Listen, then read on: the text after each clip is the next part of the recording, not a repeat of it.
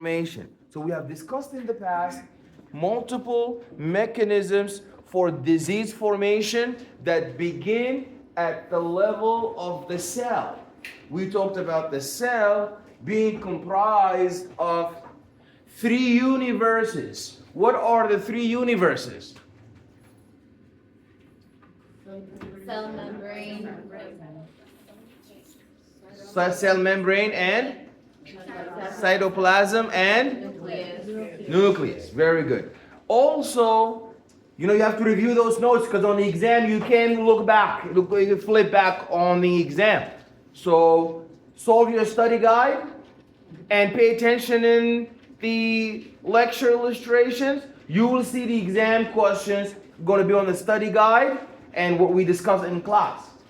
We discussed that the three compartments that make up the cell are very similar. Why do we call them a universe? Please raise your hand. Why do we refer to them as a universe? Yes, please.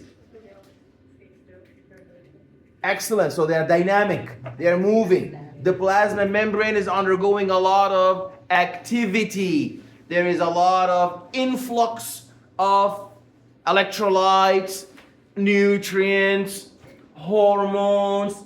There is a lot of efflux of electrolytes, nutrients, and hormones. We have a meal that is rich in carbohydrates. We pluck into plasma membrane a lot of glucose channels when we're hungry, and we pluck a lot of glucose channels when we're hungry because we want to bring in glucose from the blood to the tissue. But when we're full, we become desensitized by down-regulating receptors. Who can explain to me? We went over this last week. What's the difference between down-regulation and up-regulation? And give me an example. Yes, Christy Alpha, please. Yeah.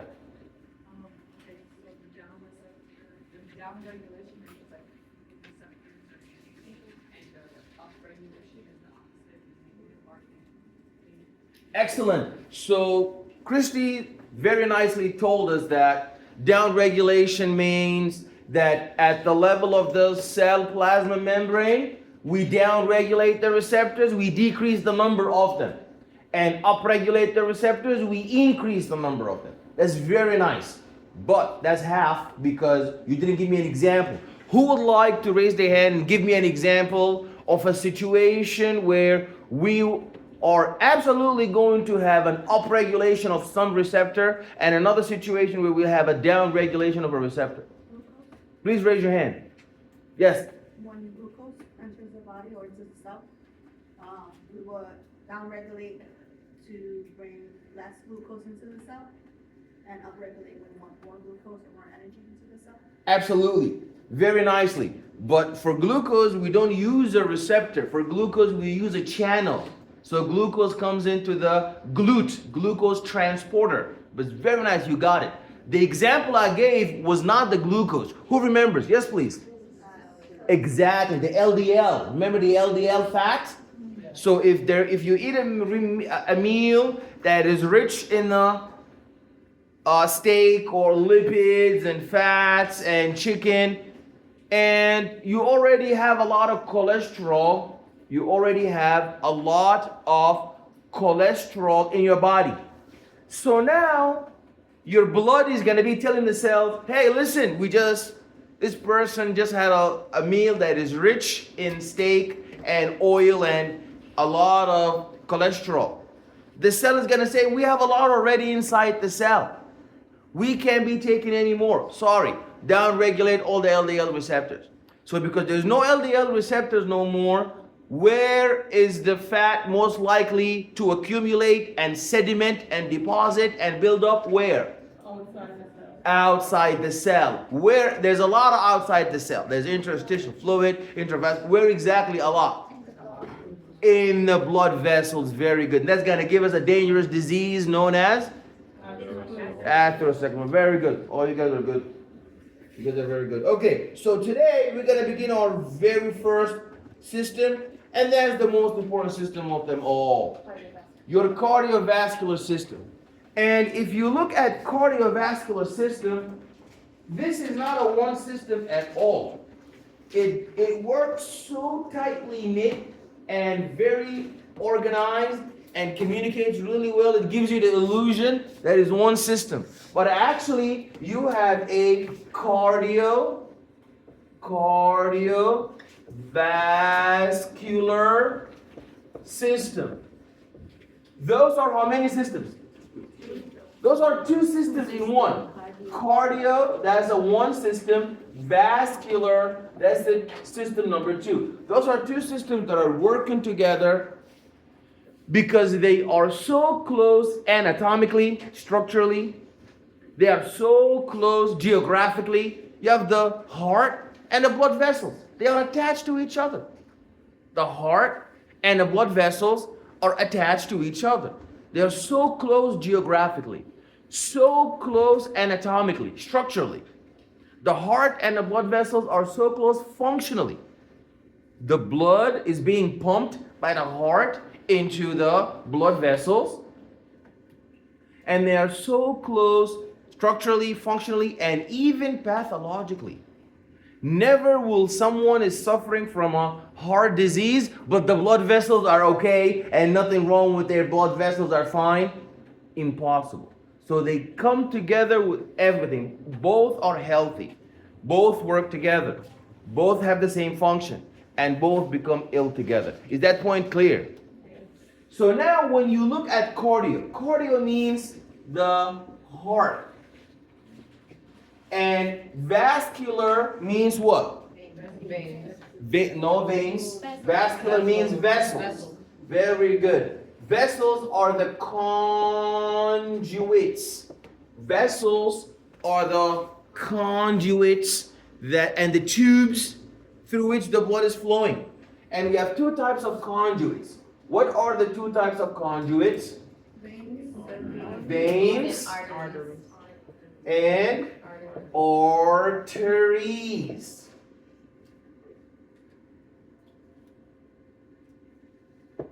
Veins and arteries. Veins and arteries. You see that there's a third one also. Those excellent. Those are the capillaries, where they both meet. We're going to talk about that in a little bit. So there are diseases related to the heart. The heart is a pump. What kind of pump is the heart? What kind of pump is the heart? The heart is a pressure pump. Pressure pump. It's a pump that generates a pressure gradient. Why does the blood go from your heart to your toes, not the other way around, from your toes back to the heart? Who dictates this direction of flow? What dictates the direction of flow? That blood must leave the heart through the aorta and go to the systemic circulation, then return back in the vena cava, and then get pumped into the lungs. It's not the gravity, it's the... So now, if it's gravity, a dead body, you make the dead body stand up, the blood is gonna flow? No. Because gravity is still there. So it's not the gravity, it's the heart itself. Yeah, the heart is generating a pressure gradient. So today the diseases we're gonna discuss are gonna be diseases that are relevant to number one, the heart pump, some disease in the heart. And like I told you, diseases are always based on two things, structure and function.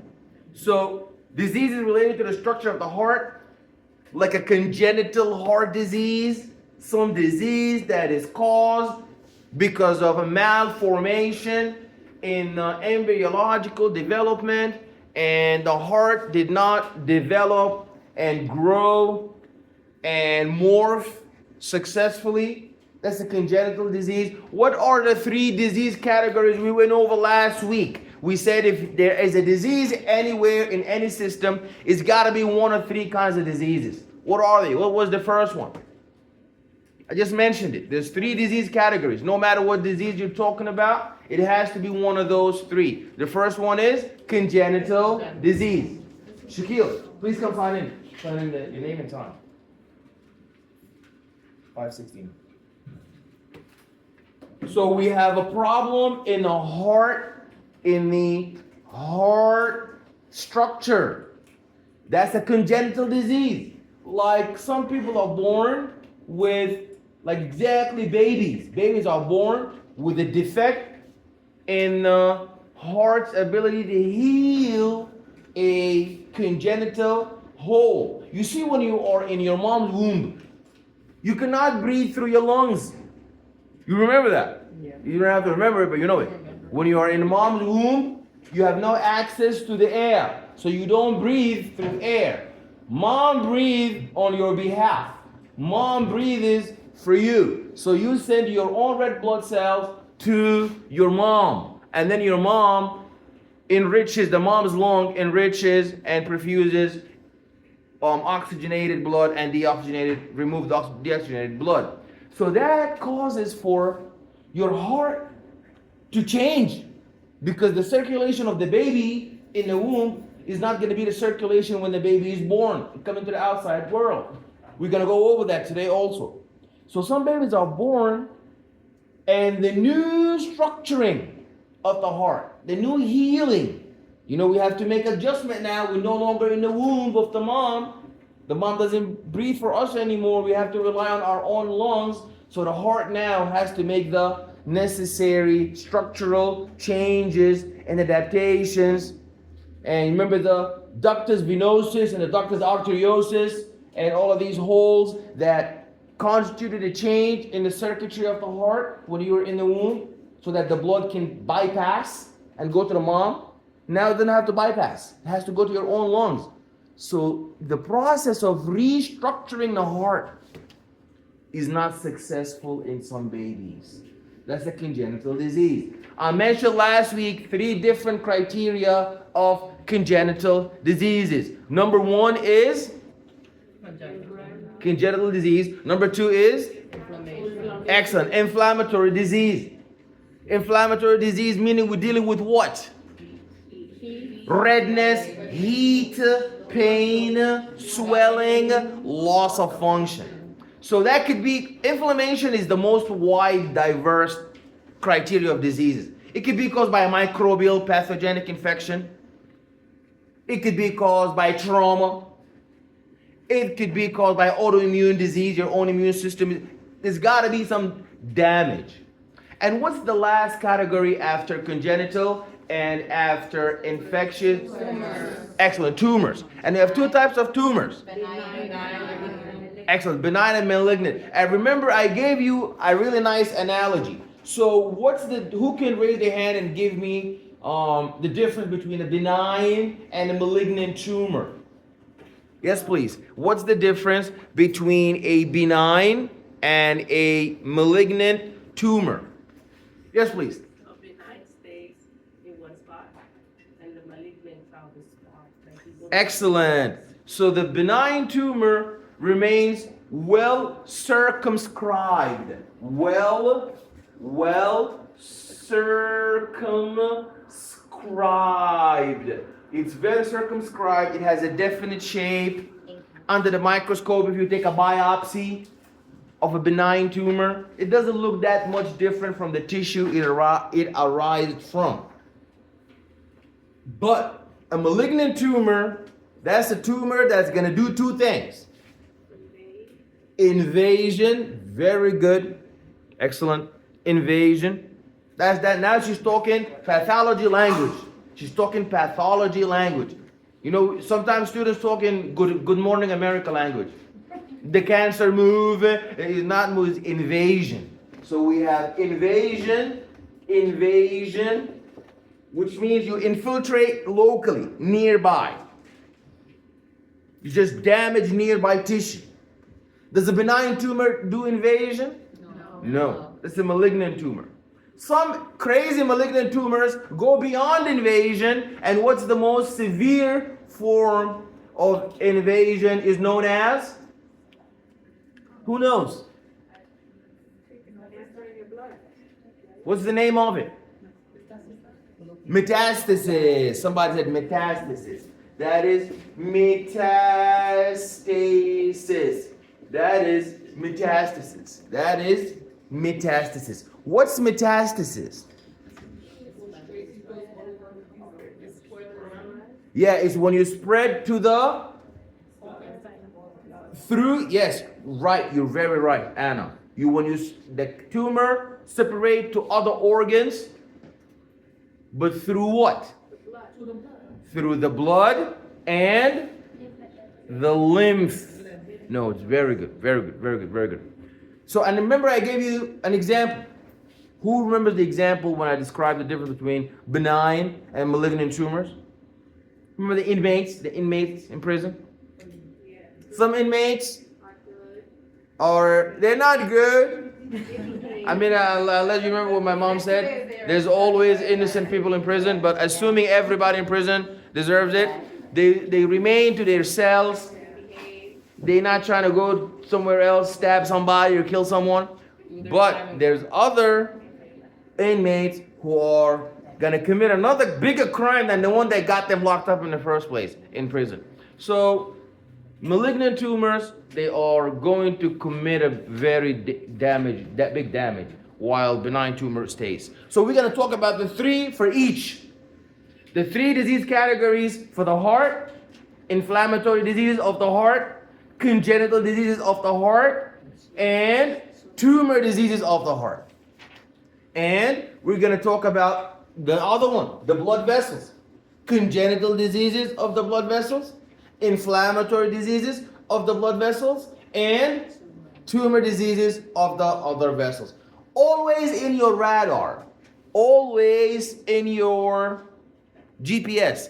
No matter which system we're studying, and even when you move to med-surg, and even when you move to other courses in clinical, and when you're working as a nurse, you know the patient you're dealing with is dealing with, number one, you begin very big, a systemic disease. They either have a urinary system disease, a nervous system disease, a respiratory system disease, a cardiovascular system disease. And then when you narrow down on the disease, is one of the three, either inflammatory or tumor or congenital. Is that clear? You also must remember that there is a very important concept, and that is, how does the heart work as a pump? So, the heart operates as a pump. So the heart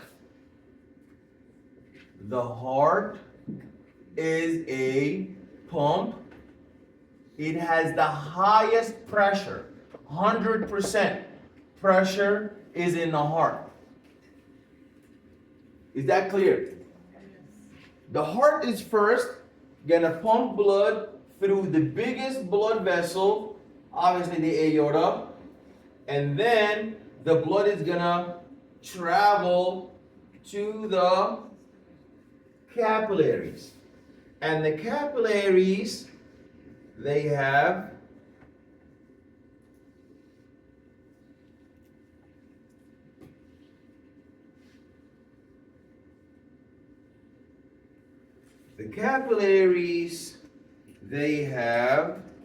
these fenestrations. And then what do you have here? What is waiting? What is waiting at the end of the capillaries? Here at the end of the capillaries, what do you have?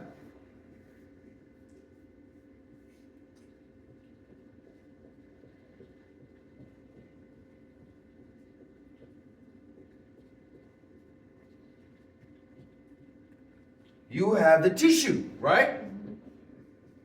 Is everybody following me? You have the tissue compartment. Now, the blood that is leaving the heart pump is very rich in oxygen and is very poor in what? Carbon dioxide. So it's going to arrive to the tissue, and you see now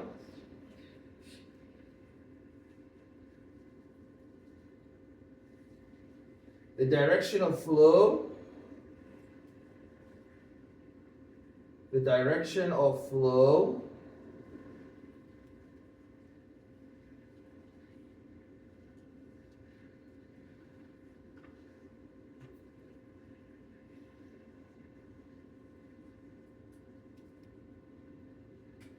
is to get out and provide the tissue with oxygen.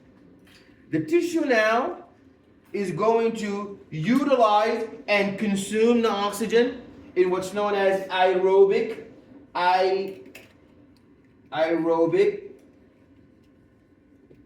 respiration and oxidative respiration. All of that is being consumed by your tissue. And obviously, when you order food to your house, you're gonna eat the food, you need to return the garbage. So now, your tissue is gonna undergo metabolism. This is called metabolism. We take the oxygen and then, so what's coming out is oxygen. The only thing that is rich in the blood that is heading to the tissue is oxygen and also nutrients, food, nutrients like carbs and proteins, and lipids. Now the tissue is going to perform metabolism and burn all of that. When all that has been burned, what do we want now? We need to send back. We need to send back to the capillaries. We need to send, so the arrow now is going to be pointing back. The arrow is going to be pointing back. The arrow is going to be pointing back, but it's going to be pointing back with what? With a lot of carbon dioxide. What came in? A lot of oxygen, a little bit of carbon dioxide, a lot of nutrients.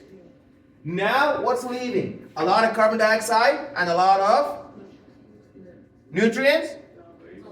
Metabolic, very good. Metabolic waste, a lot of metabolic waste, and toxic, a lot of toxic metabolic waste, and a little bit of oxygen. And that is going to return back to the heart.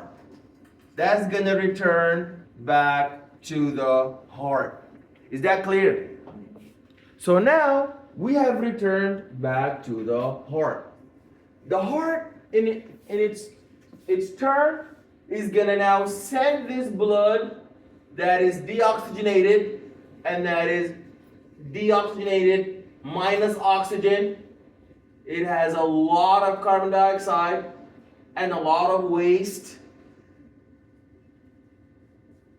toxic waste. It's going to send it where? To the, it's going to send it to where? The lungs. To the lungs. The lungs is going to replenish and send back to the heart. Is going to replenish and send back to the heart blood that is oxygen rich, poor in carbon dioxide, and rich in nutrients. This is the circulation of your heart. And you see that you have every arrow represents a class of blood vessels. You really need to pay close attention to these arrows. So pay close attention to the arrows that we have here. And now we're going to be talking about how these arrows work. How do they operate? So how do these arrows operate? First of all, let's make some general, very big, huge observations. Because before we name the arrows, let's make big, general, clear observations. The red is oxygenated and the purple is deoxygenated. Excellent. So, red arrow, meaning blood vessels in red, are carrying oxygen rich, carbon dioxide poor, oxygen rich, and carbon dioxide poor blood and rich in nutrients. And blue, it's purple, but in this case it's blue. Blue because blue is the sign of a trauma or damage. But it's bluish, this pathological bluish discoloration. That's why a bruise, a contusion, or a trauma is bluish in color. Because blue is a sign, universal sign of hypoxia. Hypoxia. A blood that is deoxygenated. So, very good. We already labeled. Now there is a very big, important concept. There is two types of oxygen-rich blood. Back when I was in high school, I used to think that arteries carry oxygen-rich blood and veins are nasty. They carry deoxygenated blood, meaning red, fresh blood is carried by arteries, while blue, toxic, poisonous blood is carried by veins. Raise your hand if you think that's true. Raise your hand if you think it's true that fresh, red blood, rich in oxygen, is carried by the arteries, while poisonous, toxic, hypoxic blood is carried by the veins. Raise your hand. It's different between the heart and the rest of the body.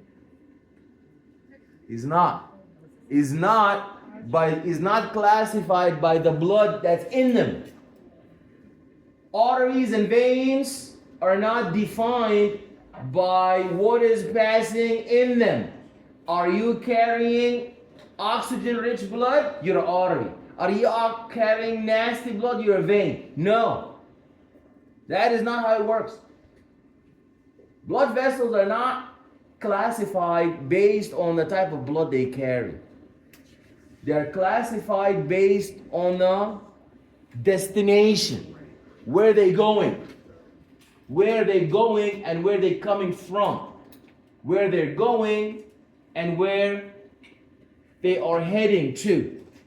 So arteries are called arteries because they're always going away from the heart. So can somebody name arteries here for me?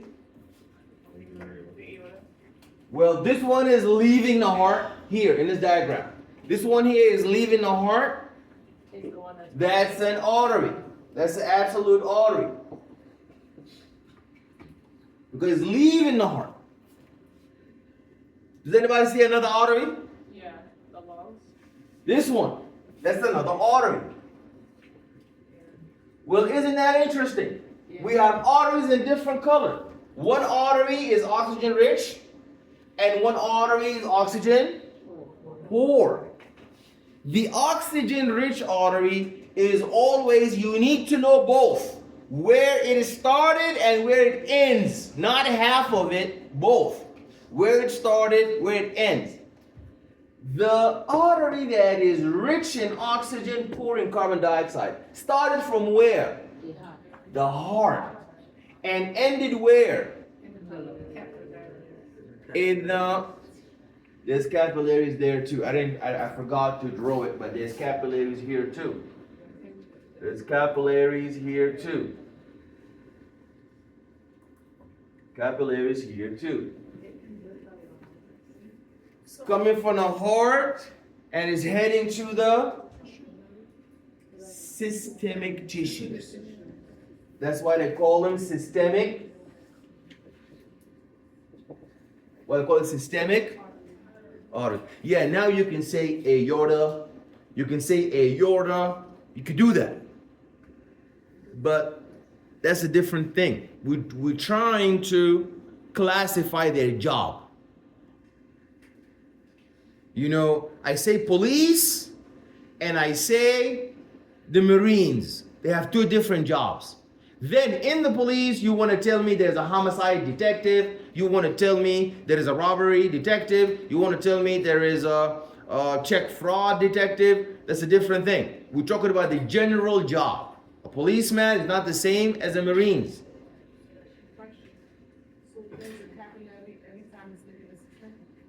There's a capillary wherever there's an exchange.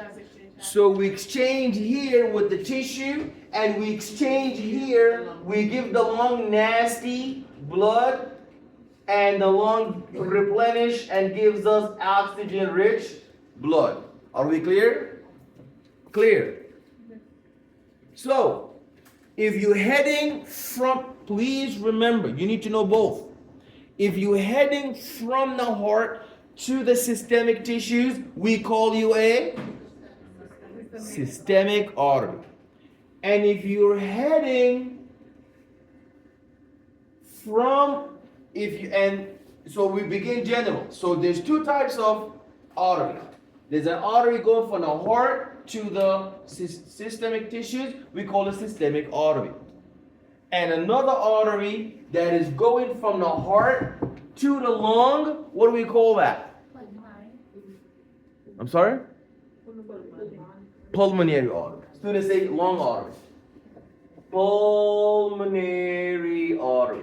But in the end of the day, pulmonary artery, systemic artery, you are leaving the heart. No artery in the whole wide world is going to the heart. Clear? Yeah. Charlie, okay. That the blue one right there, the purple one, which is the blue one, is the pulmonary artery, and the red one on the top, that's pulmonary vein. We didn't talk about no vein here. Don't jump the gun. Let's stay with arteries for now. Everybody know your arteries. They all start from the heart and they go somewhere. Some of them go to the tissue. We call them systemic tissue arteries. Some of them go to the lung. We call them pulmonary arteries. Is that clear? Now, let's go to the veins. Veins are always heading to the heart. So how many, do you guys see my veins? That's a vein right here going from the systemic tissues back to the heart. That's absolutely is a vein, a blue vein. And look at this one up top here. This one is going from the lung to the heart. That is absolutely a. So you see veins and arteries are always named based on where they're heading. This artery is heading to the systemic tissue, systemic artery. This artery, this here is heading to the lung. That's a pulmonary artery. There's a vein heading to the heart and another vein here heading to the heart. So the vein that is heading to the heart but coming from the system, what do we call that? It's a systemic vein. Systemic vein. Systemic vein. Systemic vein. While this one is going from the heart to the lungs. Nope, that one is going. This one is going from the lung to the heart. What do we call that? Pulmonary veins. So we have two of each.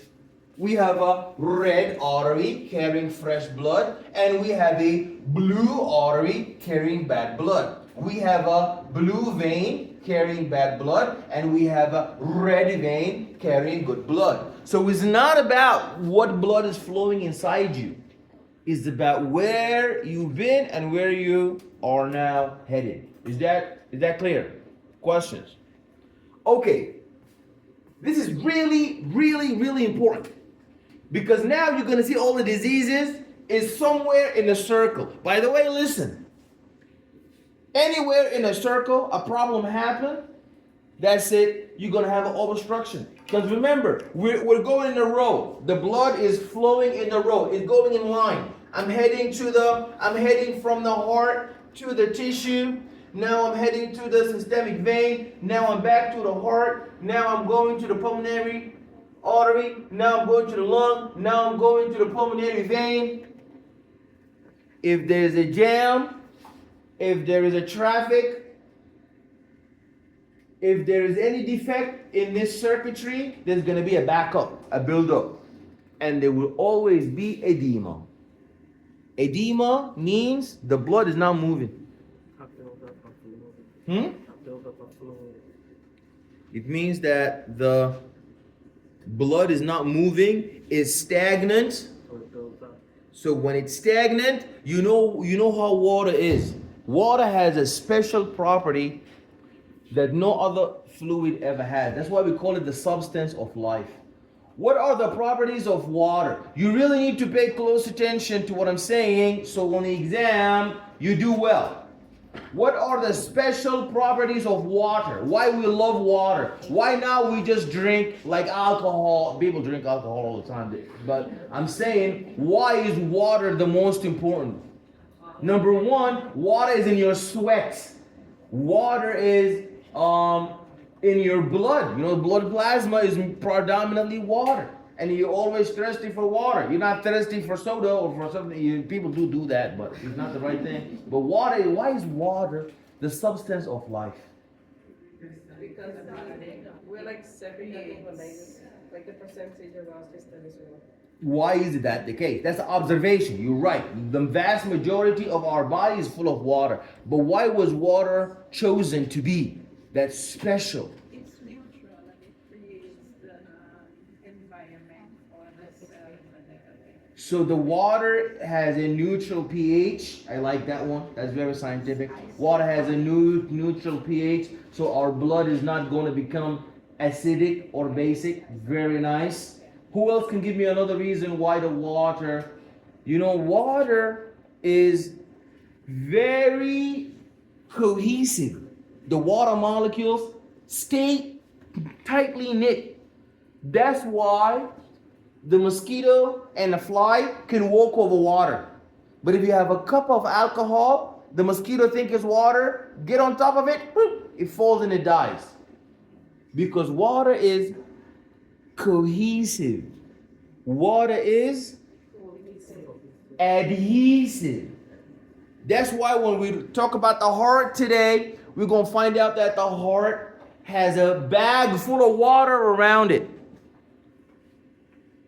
The heart has a bag full of water like a cushion to protect the heart. Remember your heart all this time beating up against your rib cage for 10 years, 20 years, 30 years, 40 years, 50 years, 60 years. Hey, it's supposed to get damaged, but it never does. Why? Because there is a bag full of water adhesive around it, like a sponge. What's the name of that bag full of water? Pericardium. That's the pericardium. Is the heart the only organ that has water bag around, water balloon around it? Who else? The lungs. Very good. What's the name of the water balloon, the water bag around your lungs called? Pleura. Oh, you guys are good. My hope is restored. The pleura. And this liquid, this balloon full of water around the heart, the balloon full of water around the lung, does it ever get contaminated with bacteria and microbes and pathogenic? Absolutely. What's the name of the disease where the bag around the heart that's full of water is now the water inside the bag is contaminated? What's the name of that disease? Pericarditis. That is pericarditis. Excellent. And the name of the disease where the bag full of water around the lungs is now contaminated. What do we call that? Pleuricarditis. You said card? That means heart. No.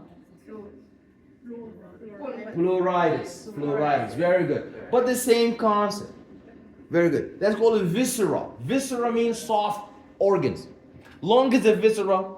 Brain is a viscera. Brain has no bag full of water. Brain has meninges. Because you know brain is dangerous. So we don't have just one bag full of water. We have 3 bags. You get meningitis. The pia mater, very good, you get meningitis. The pia mater, arachnoid mater, the dura mater, then a bone on top of the 3, a skull and a vertebral column. God, He protected your nervous system really well with 3 layers and a bony skull, right? Your brain has 3 meninges and a skull. Your spinal cord has 3 meninges, pia mater, arachnoid mater, and dura mater, and a vertebral bone. Vertebral canal, not a membrane. You have 3 membranes, the pia mater, the arachnoid mater, and the dura mater. Those are connective tissues. And on top of all of them is the actual bone, the vertebra. So your heart is protected by the rib cage. So it has a bag full of water and it has a bony structure around it. Yeah, the lung also is protected by the rib cage, and the lung works close with the heart. Now they even say cardiopulmonary system. So we will see that. So now this we're gonna be talking about diseases where something goes wrong here. You also must understand that there are valves. Valves in the heart are always supposed to be what? One student said bicuspid. No. Excellent. Somebody, I heard it. Yeah, one way. Because the circuitry is one way. Clockwise. You go to the heart, go to tissue, back to heart, up to lung. Are you supposed to go back? No, it doesn't make any sense. You know how they have the crowd control in the Met Stadium? People go in the stadium this way and leave the other way. Imagine they both go out and it's going to be very bad. Now, when you get older, unfortunately, those valves been opening and closing for a long time. Especially if you're a professor. Talking a lot. Talking loud. Big classes. No microphone. Then your heart is beating hard and the blood is flowing through the valves. And then what happens? The valves get defected. So when the heart contracts, a little bit of blood flows back. Well, that a little bit of blood is a big problem. Because the little bit of blood that went back, with the next blood that's coming in, is going to be more blood. So it's going to be more and more blood, and the heart muscle is going to get bigger and thicker, and valves are going to regurgitate. And you can detect that with the sound. You put a stethoscope, you listen to the heart of the patient, you're supposed to hear what? Lub dub, lub dub, lub dub. Lub is the sound of the closure of the atrioventricular valve. Dub is the sound of the opening of the atrioventricular valve. If you hear lub dub drup is the third R sound. That means there's a problem. What's the name of the problem? Murmur. There's a murmur. Murmur means there's a reflux. There's a big problem. Very big problem. There's a murmur. The blood is flowing back. Clear? Yeah, I have a little bit of a murmur. It's okay. My heart is going away for a good cause. I lost it educating somebody. So I'm happy. Okay, anyways. So now you know what we're heading to. One more thing. Then that's the heart. Remember the blood vessels. Blood vessels have 3 layers. You need to know those 3 layers. One, we name them from deep to superficial. So that's the blood vessel is like that.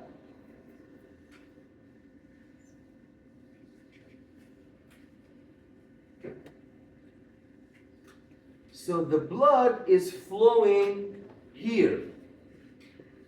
That's the blood's flowing.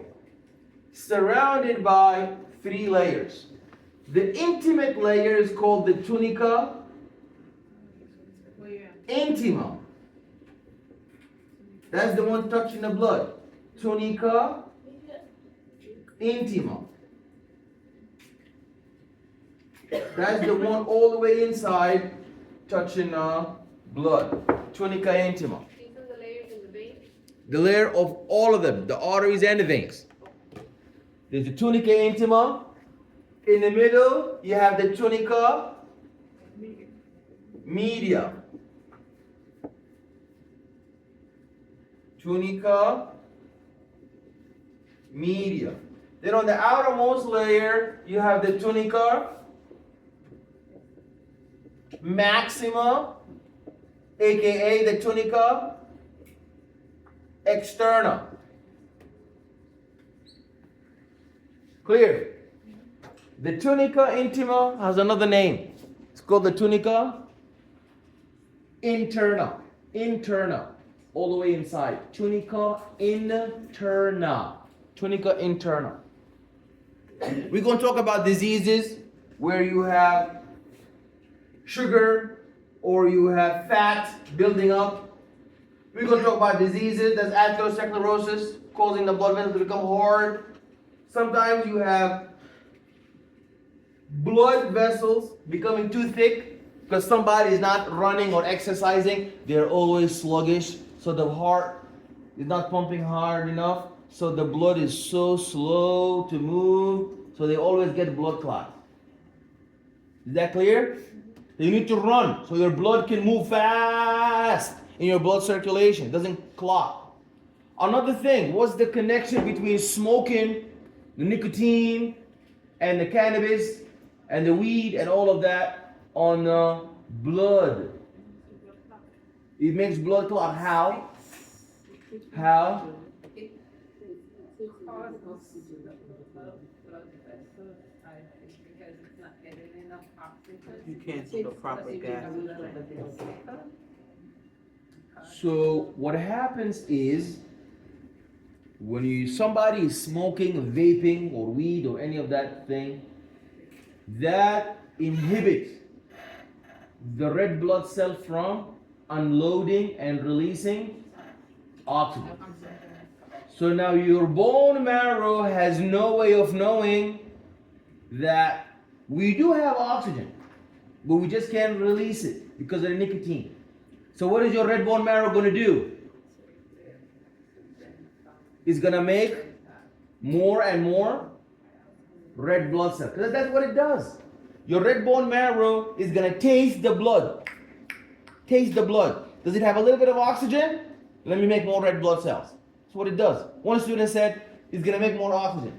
It's not a tank. It's not an oxygen tank. Your red bone marrow is not an oxygen tank. Your red bone marrow does not make oxygen. Your red bone marrow is only going to make the vehicle that will transport oxygen around. That's the red blood cell. Discoid and the red blood cell is discoid, and the structure of a red blood cell, we talked about that last week, is discoid and biconcave. Biconcave.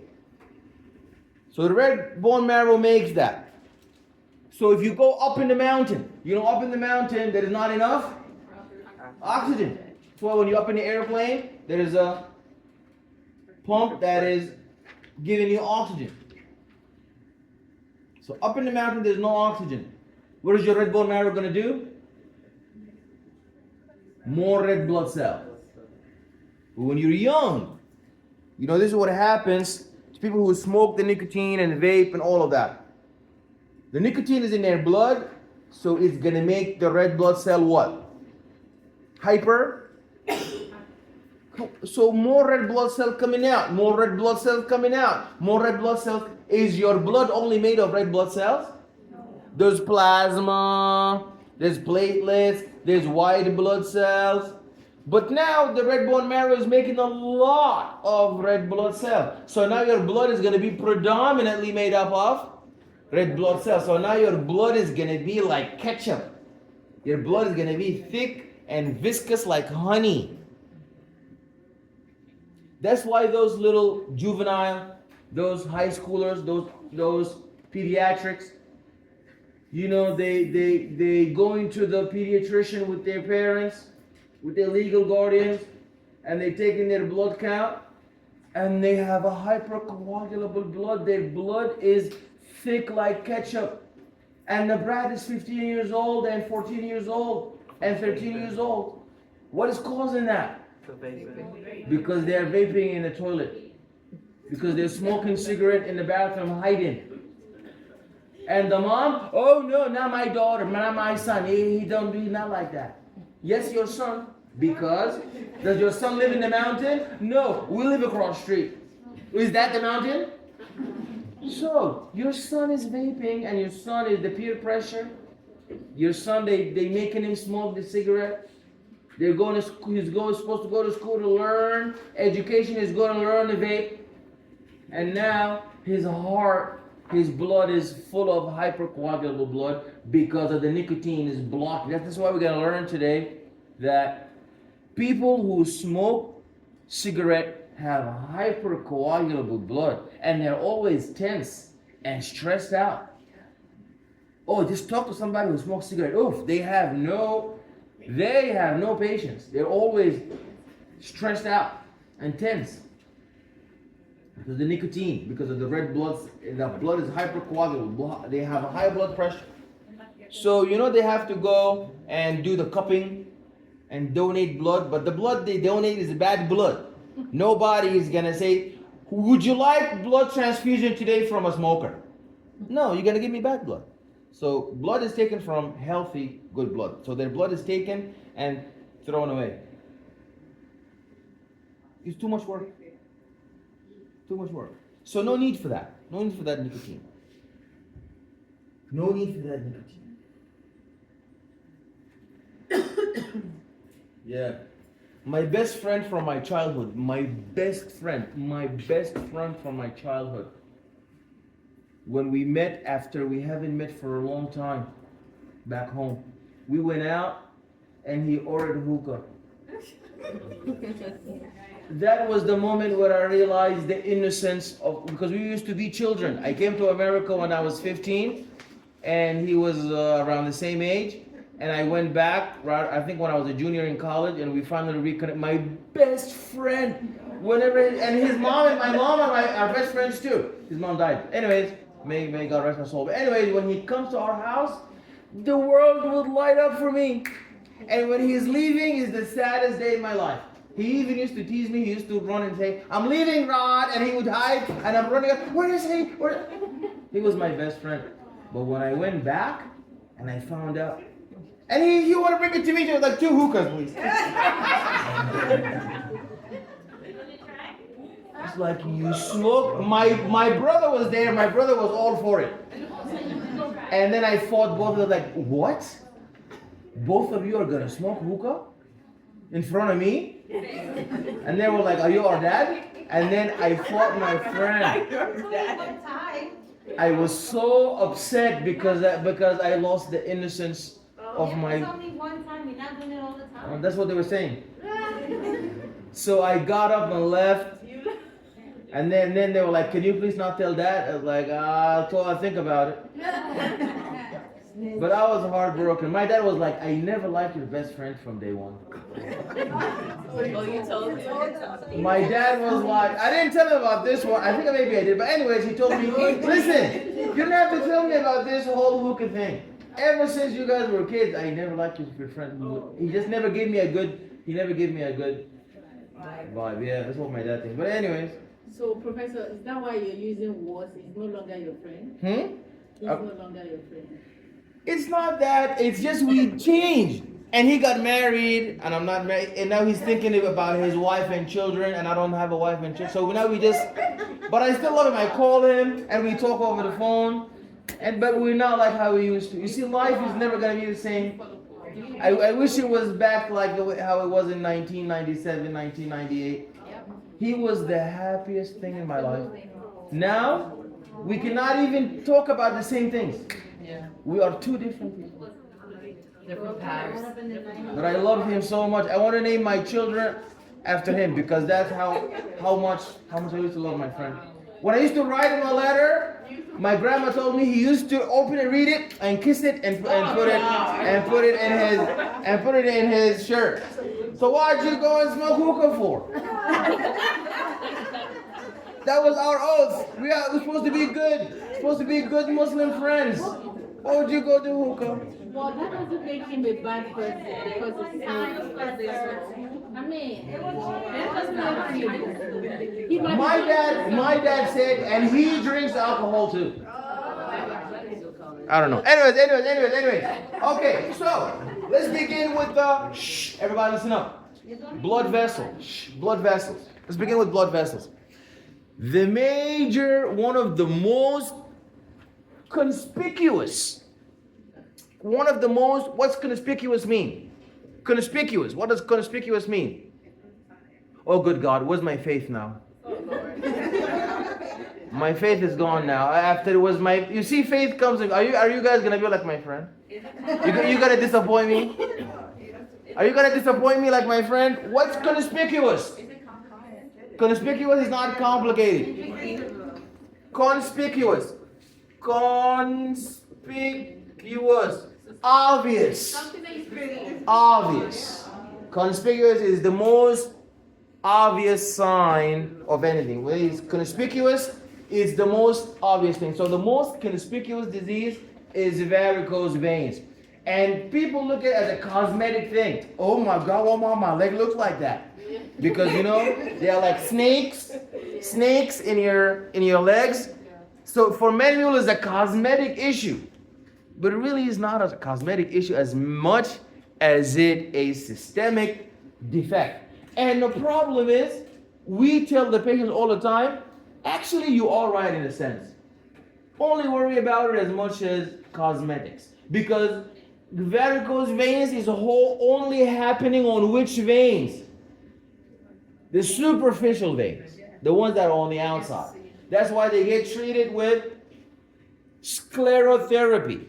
So they inject a fluid that will cause them to shrink. So the tunica externa, it affects the backwards or tunica? Yeah, so the tunica externa is part, think of your blood vessel as 3 tubes in each other. So the inner tube, outer tube, and the outermost tube. Okay. For veins and for arteries. So the veins, they become distorted. They become distorted and they become damaged and they look like snakes in your leg and they don't look pretty and people are very upset with that. But we say it's okay because it really is cosmetic because this is not a deep vein. It's not like a vena cava the vena cava is a deep vein in your heart. This is a superficial vein. So it's really not a problem. You need to know what's sclerotherapy. I'm going to ask you about that. What is sclerotherapy? That's what it's treated with, right? Sclerotherapy is, I'm sorry, Bacola? That's what they treat Yeah, that's how they treat it. They inject you with a fluid that once it goes in the varicose veins, the varicose veins shrink and they die away and your leg looks clearer than ever. You need to know varicose veins. There's different kinds of varicose veins. There's varicose veins in the testicles. Many children get it. That's called Yeah, you're very good. Hydrocele. Write that down. Varicose veins in the testes is called hydrocele. Varicose veins in the rectal canal is called hemorrhoid. Very good, very good. I'm going to ask you about that. The varicose veins in the rectal canal are called hemorrhoids. Those are varicose veins too. Don't think varicose veins are only in your legs. They're in your legs, in the testes, and in the, yes. Hydrocele. And you said the growth veins in the rectum. Hemorrhoids. Okay. Hemorrhoids. So they're damaged, they cannot be repaired. When a vein is damaged, you have to remove it so a new one can heal, come in its place. Blood vessels are regenerative tissue. You need to know that. You need to know there is regenerative tissue and non-regenerative tissue. Is your bone regenerative or non-regenerative tissue? Regenerative. Non-regenerative. So when you break your bone, so when you break your bone, it stays broken forever. No, it's regenerative tissue. But your nerves. Exactly. The nerves are non-regenerative tissue. That's why we have stroke, God forbid. And the heart too is non-regenerative tissue, and that's why we call it heart attack. It doesn't change. If it's gone, it's gone. It's gone forever. So, you need to know that. So, varicose veins, what are they? Now we talked about the examples, but we never talked about what are they. We talked about examples, like their legs is a cosmetic problem. But what are they? Remember our friend, your name is Javon? Taekwon. Oh, it's close. Taekwon said that all valves are supposed to be one way. That's very good. What do we pray for? But it doesn't work that way. Because pregnancy causes the valves to defect. That's why a lot of moms, and also obesity. If you are a thin mom who gets pregnant, it's okay. It's the obesity. If you're like a heavy person, and especially females. Varicose vein is a lot female than male. Also, the occupational hazard. Are you in a traffic order? You standing up all day or a nurse? Then you will definitely get varicose. Standing up for too long. So how do we treat them? Sclerotherapy and also the compression. Yeah, they're very good. Those ones are very good. Okay. And also, you need to know. So the issue with varicose vein is the valve, like Taekwon said, it's supposed to be one way. Now they go back. So blood now is supposed to go against gravity. It's supposed to go from the bottom of the foot up to the heart. It doesn't, it flows back. So blood is going to pool.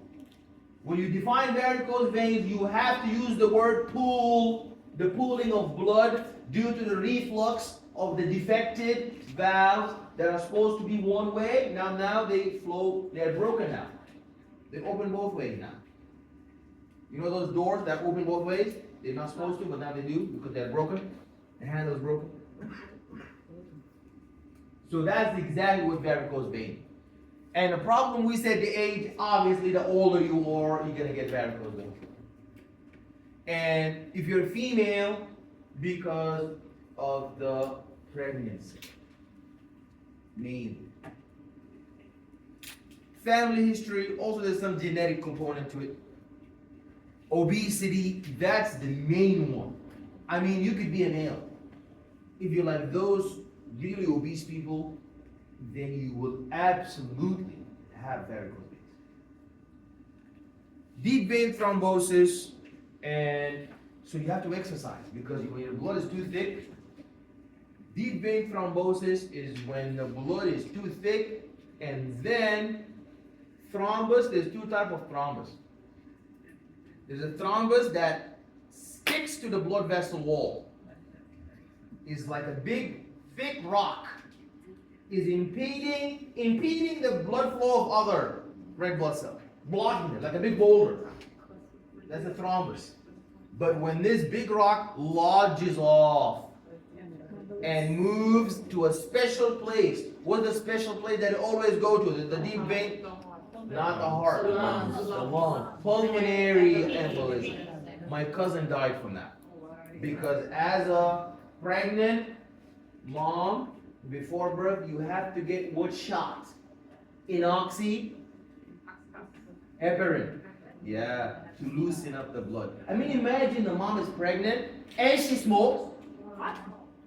Yeah, she didn't do that, but that's most of the people who get it is very bad. Because as a pregnant mom, your blood is already naturally hypercoagulable. Because you're pregnant. You're pumping blood for you and your baby. So you're supposed to take a blood thinner. Yeah? Like aspirin? No. Heparin, not aspirin. Aspirin is not as effective as heparin. You have to take a shot, a one-time shot, enoxaparin. And you take the shot, and the doctor will tell you. And when you take it, it will preventative measure from the pulmonary embolism. My cousin died from that. Just a shot this big. When I had my gastric sleeve, they gave me so many. I had to throw them away. I took one to my mom and I said, Mom, she needed this one. We couldn't find it all over the country. Wow. Yeah, it was back home in my country, where I went to medical school. We looked for it, they don't have it. They just don't have it. It's not like here, all the medication is there, insurance, all of that. They just don't have it. We look for it, we don't have it. All the money in the world, we just don't have it. She was pregnant. Yeah, she was pregnant, she had a pulmonary embolism, and she died, and the baby died. But couldn't they use it for aspirin? Because aspirin is like a blood thinner. She was unconscious. Something like that, you need to go intravenous. You cannot, it is not bioavailable when you take, you see aspirin, it will undergo the bioavailability. If it goes to the stomach, it will undergo with the acid, it's going to break it down. So a little bit is going to make it to the circulation. And it's not fast enough. You need an injection. But the heparin was not there.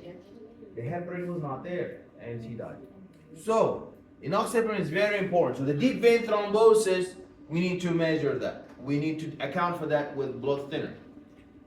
Prior leg injury is also is a pre-existing problem, especially the athletes, people who are doing the athletes and sometimes construction workers. So that makes you susceptible. Chronic venous insufficiency. That's when there is inadequate venous return over a long period. That is due to the varicose veins. Sometimes, the varicose vein can cause a fissure, a venous ulceration. And those are very hard to heal. Especially if you have diabetes. What are the implications of diabetes on a healing? Is the sugar that is superimposed and deposited and sedimented on an injury, is that going to affect the healing? Yes. Of course. Yeah. It's going to retard it, sometimes even prevent it. Yeah, because the sugar is too high.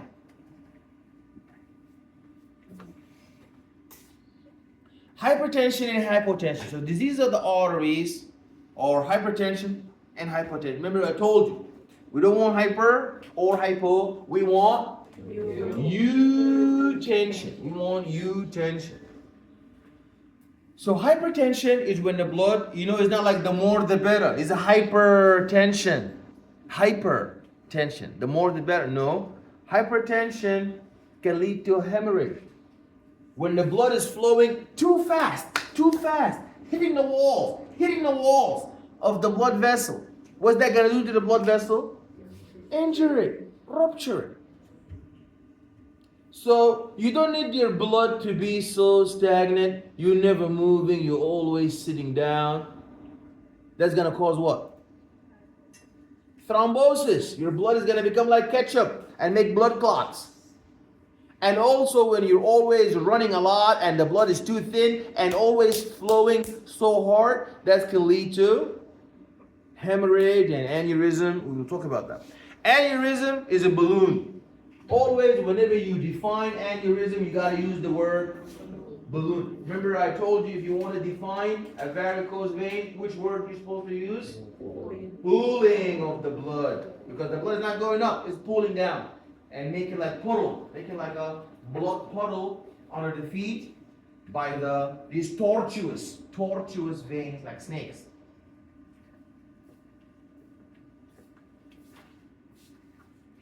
Thrombus formation in the embolism, we talked about that. When a thrombus is formed, mainly I can ask you on the exam, give me a reason why the blood would become hypercoagulable and thrombus would form. A thrombus is like a jello, like a tumor of red blood cells. Blood cells, masses. Like the blood is hypercoagulable. Give me reasons why your blood will become so thick. Yes. Smoking. Absolutely. Because nicotine, and you need to tell me how exactly does smoking lead to the thrombus. The nicotine is going to do what? It's going to shut down the red blood cell from unloading the oxygen. Then the red bone marrow has no way of knowing that. So it's going to say, we don't have enough oxygen in the blood. It's probably because we don't have enough red blood cells. So it's going to make more red blood cells, more red blood cells, more red blood cells, more until the blood becomes ketchup. So now that is going to be an example of thrombus. Then the thrombus is going to lodge off and cause thrombosis. embolism, like a pulmonary embolism. Peripheral vascular disease, this is when there is a trauma or a defect or an ulceration to the blood vessels that are on the surface. Atherosclerosis. Sclerosis means what? Meaning the defect. That's why I say sclerotherapy. We damage the blood vessels that are old so that new ones can heal. Sclero means defect in the integrity, the tensile integrity structure of the blood vessel. So, and we have the coronary artery disease. The coronary artery disease is a disease where, you see, you know, corona means what? Corona means the crown. Corona means the crown. Now, you have to understand, there's a reason why they call the coronary arteries the coronary arteries. Because they are the arteries that feed your own heart. So they are the most important, because the heart is the one who pumps blood to everybody else. So the heart itself needs blood. The chef who makes the food for the people in the restaurant himself needs food. So the heart is going to have a circulation that we are responsible for knowing really well, because that's the most important circulation.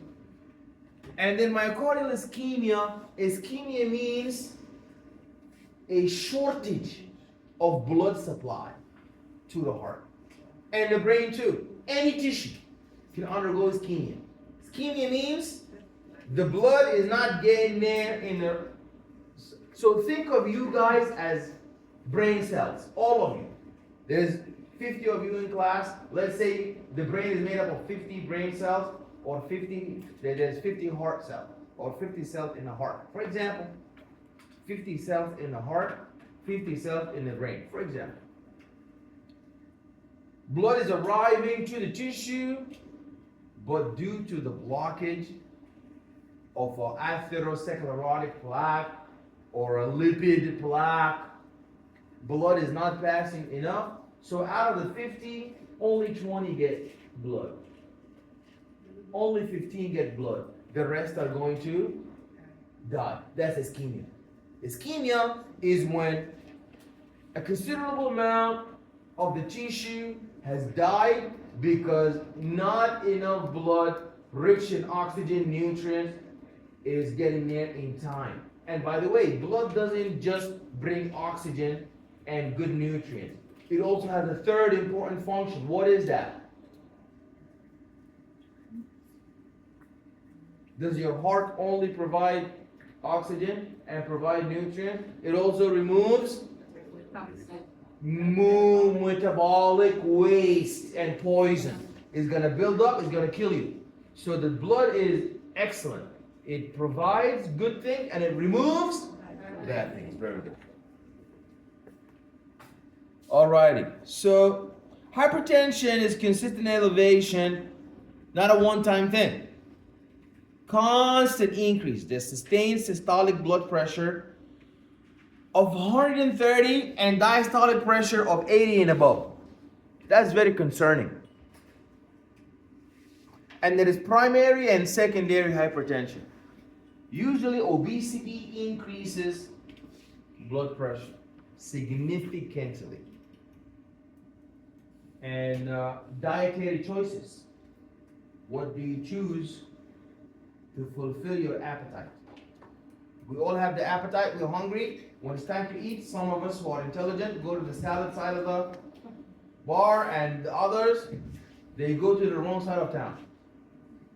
And they eat the big beef burger with cheese, and then that clogs the arteries. Yeah. What are you getting from the salad? So the salad is very important because, salad is very important because of the vitamins and because of the vegetables and because of the fruits. So it fills up your stomach because the stomach has distension. It has the mechanoreceptors. You can fill up your stomach with 300 calories full of vegetables, and you can eat a burger that is not going to fill your stomach, but it's already like 2,000 calories. So you mix and match. You eat a lot of salad, but a little bit of, because the base of your pyramid, diet pyramid, is always salad. Salad. Okay. Primary hypertension. I remember when my blood pressure used to go up because of my bad health choices. Not that I'm making better choices now, but back in the day when I was very big, I said to my friend, "Oh, they said I have hypertension." My friend said, "I hope it's not primary." Actually, now that I think of it, it's actually for it better to be primary, because primary is called essential hypertension, and mainly by lifestyle, salty food, unhealthy food, and you're stagnant, you don't exercise. But secondary, it means that it is because of a pre-existing disease. You have heart failure, you have kidney failure, you have liver failure, you have some disease that is causing, inviting hypertension. So essential meaning you're just dealing with hypertension disease. But secondary, it means it's not the main cause. Somebody else is the main cause and is inviting it. So my friend was wrong. It's not better to have secondary hypertension. It's better to have primary hypertension. So you're dealing with one problem. Because these diseases, they invite each other. Diabetes invites hypertension. Hypertension invites heart disease. Yeah. So primary hypertension is a disease where you're only dealing with hypertension. It's only suffering from the pathogenesis of hypertension that is caused by, for example, your lack of exercise, your your lack of exercise, your unhealthy dietary choices, and that kind of thing. It's only one disease. You're dealing primarily with one disease, hypertension. Secondary is some disease is causing some disease is causing the is causing the hypertension. So I can ask you the difference between primary and secondary. Primary is the essential one. But secondary, somebody else is the essential disease and is inviting the hypertension. Primary hypertension is essential or idiopathic. It's genetic or environmental, and that is the vast majority. That represents the vast majority of the hypertension. Risk factors are family history, diet, tobacco and alcohol consumption. You see, tobacco and alcohol consumption, obesity, and glucose intolerance. End organ resistance.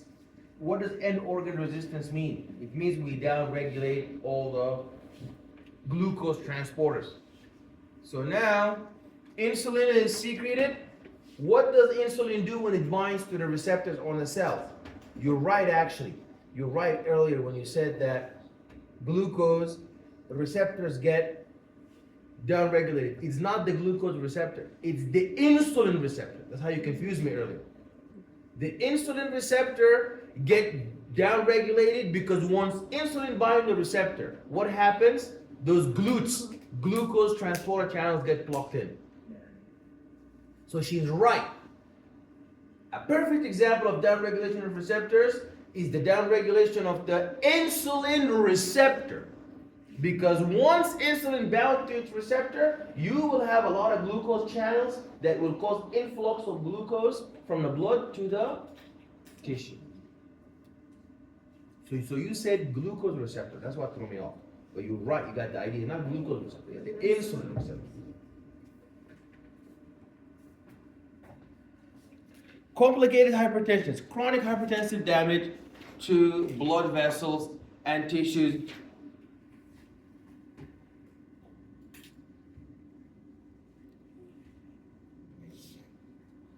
Chronic hypertensive damage to blood vessels and tissues, leading to target organ damage in the heart, kidney, brain, and eyes. Myocardial hypertrophy.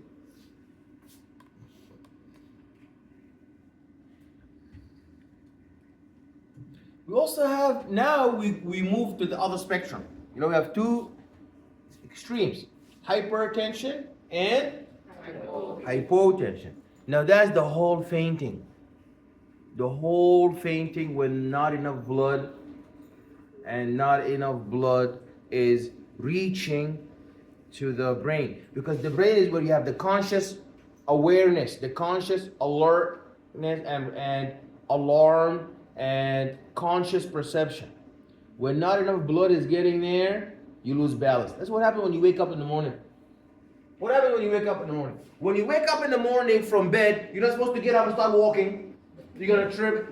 You're supposed to sit on the bed, pray to God, thank God for giving you a life back so you can get up and walk.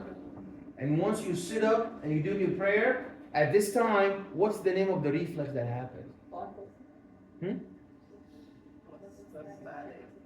So what happens is, your obviously blood has pooled in your neck and fell from your brain. It's not getting to the brain. So when you're sitting up, doing your prayer or whatever that you're doing, what happens is your brain now is receiving stimuli that there's hypotension.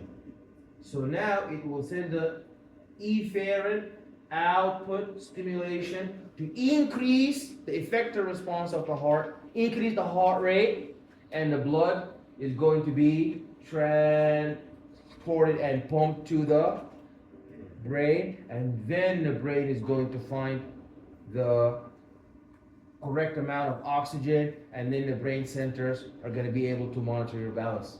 That's why when you get up from sleep and you want to walk fast to the bathroom, or you want to walk to turn on the light, you're going to trip. You're going to trip like you have dementia. Why? Because your brain didn't have the oxygen yet. You have to sit up for a while. Sit down for a while. Sit on your bed and then get up. Otherwise, you're going to be falling all over the place. Yeah.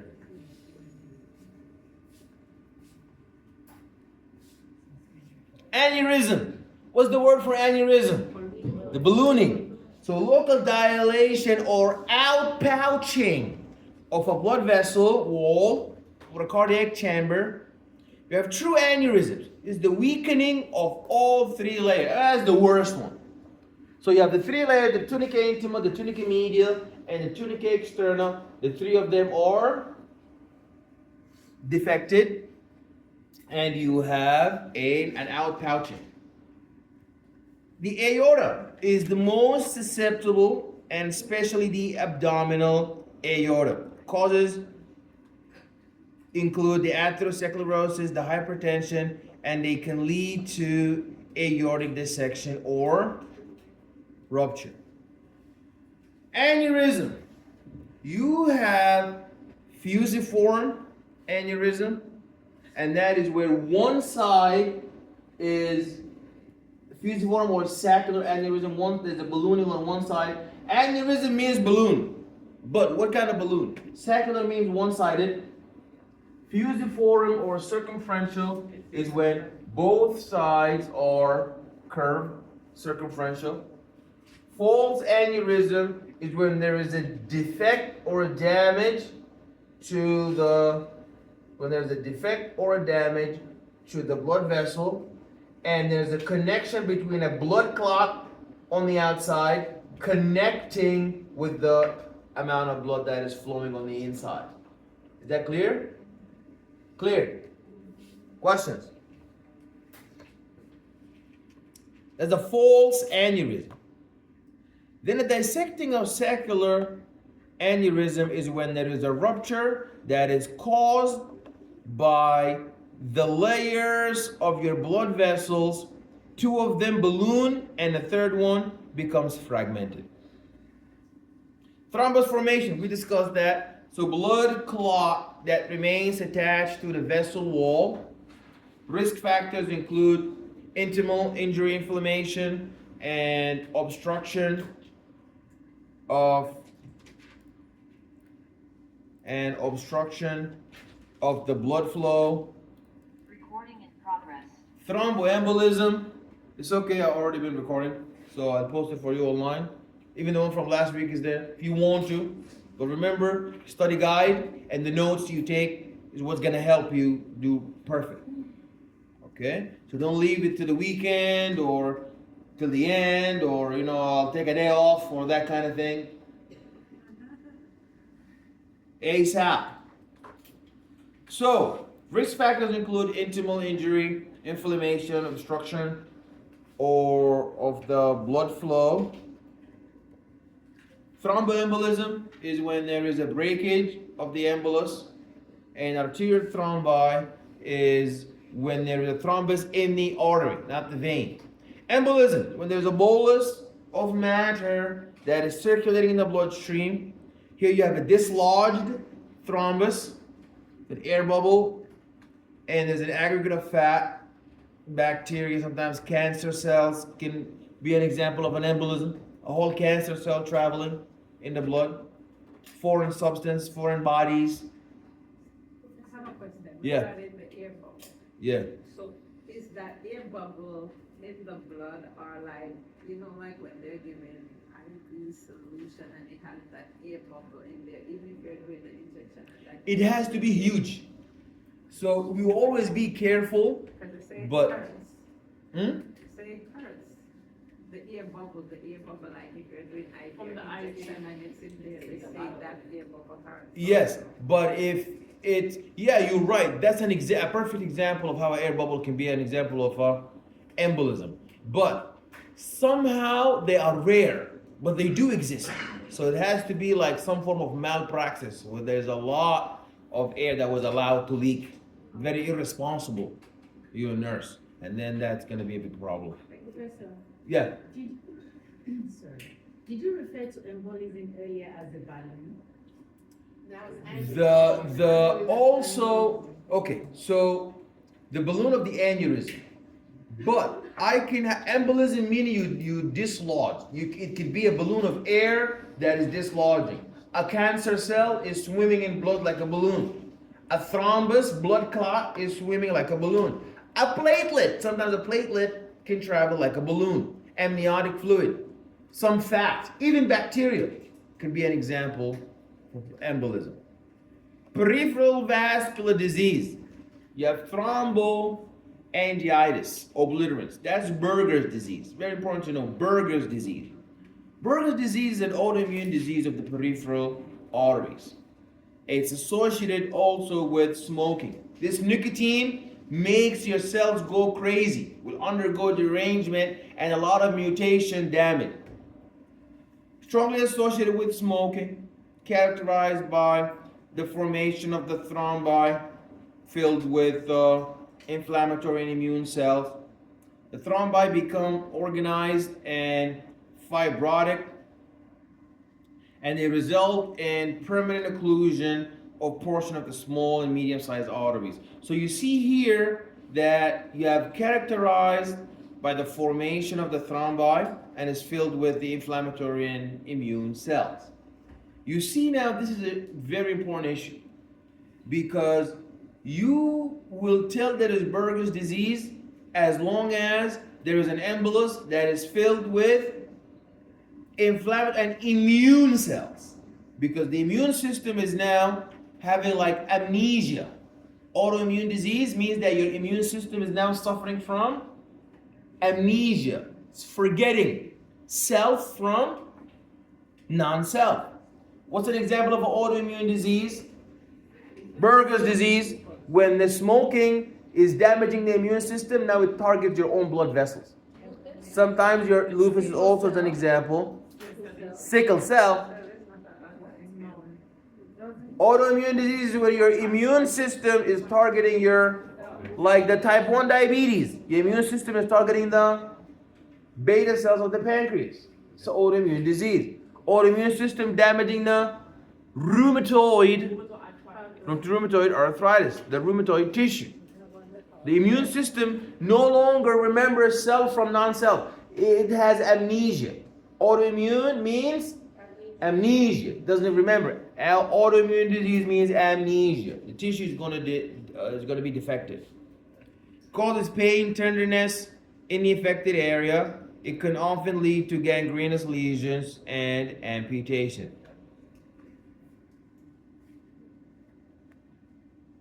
Atherosclerosis is a form of arteriosclerosis, and you see that there is hardening, toughness, and hardening of the blood vessels due to what being building up, due to the fat plaques.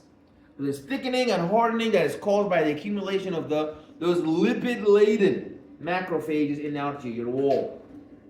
So there's a plaque development, meaning a huge plaque, a huge structural, pathological component. And risk factors include diabetes, smoking, hyperlipidemia, dyslipidemia, hypertension, and autoimmunity. If you look here, fibrous plaque, you see now the fibrous plaques, are they on the inside or are they sandwiched between the layers? The fibrous plaque is always, the fat plaque is found where? Sandwiched in the middle of the different layers. There's a collagen cap, fibroblast, and this is a complicated lesion, and here you have a thrombus. So the thrombus now would break, and you have a mixing of a lipid pool with the blood that has been complicated by a thrombus. So you had a lesion where there is this fat plaque building up, then the fat plaque will be injured, and then some blood thrombus is going to be mixing to the inside of this atherosclerotic plaque, causing a complication. It's a complicated plaque. Peripheral arterial disease is when there's atherosclerosis. Always remember, sclerosis means a defect in the structural integrity of the blood vessel. So atherosclerotic disease of the arteries that perfuse the limbs. That causes intermittent claudication. What is claudication? What does claudication mean? Claudication means pain in the muscles. Pain in the muscles caused by peripheral arterial disease. So coronary artery disease is any vascular disorder that narrows or occludes the coronary arteries, leading to myocardial ischemia. Meaning that the blood vessels are conduits that allow for the passage of blood to the tissue compartment.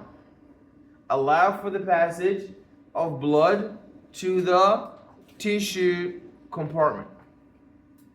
Sometimes, due to the atherosclerosis, like here, you see how big this lesion is? Do you think blood is going to flow 100%? No, some is going to be held back. Well, the tissue across over there is waiting for blood. And the blood is not arriving there because of the blockage, the constriction, the obstruction. So that tissue is going to die.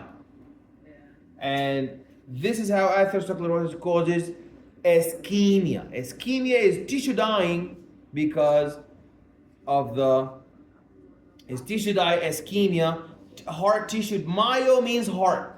Myocardial meaning the muscle of the heart. Cardia means heart. Myo means muscle. Muscle of the heart. So atherosclerosis is the most common cause and is the primary cause of heart disease in the United States. The conventional or major risk factors. Conventional or major risk factors. Those are modifiable and non-modifiable risk factors. From the name, non-modifiable meaning you have no control over them. You really cannot change it. Modifiable is something you can change, like your exercise, your lifestyle. Are you an active? Hypertension, number one, right? That's modifiable. The what? Hypertension, the primary hypertension, you can modify. Yeah, absolutely. You can modify it with healthy dietary choices and with exercise. And non-modifiable is increased age. As you get older, obviously your blood pressure is gonna go up. I remember when I was working in the clinic, a really old man came in and the blood pressure was, I believe, 130 over 95. And one of the medicals come, 130 over 95. The doctor was like, how old is he? So you have to understand, those perfect values are for the young, 130 over 80. As you get older, it's normal for your blood pressure to go up. That's a non-modifiable risk factor for hypertension.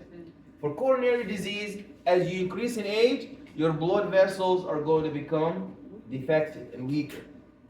Family history, if you have it, if your family is suffering from hypertension, it's very, very bad. So that is something you cannot modify.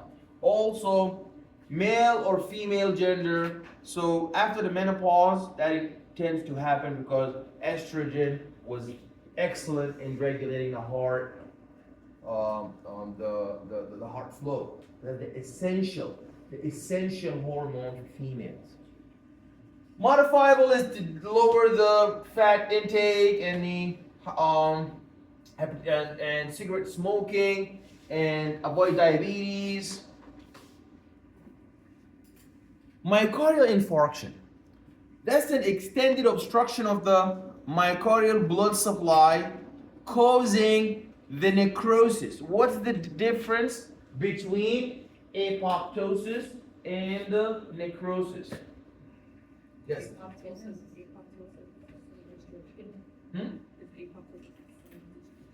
Apoptosis is programmed cell death. The cell kills itself, get rid of, retires. I love this word. The retiring of the cell. So the cell removes itself, retires, and another cell takes its place. It dies, doesn't retire, but it dies in like a retirement kind of way. But necrosis is when there is a noisy death and the blood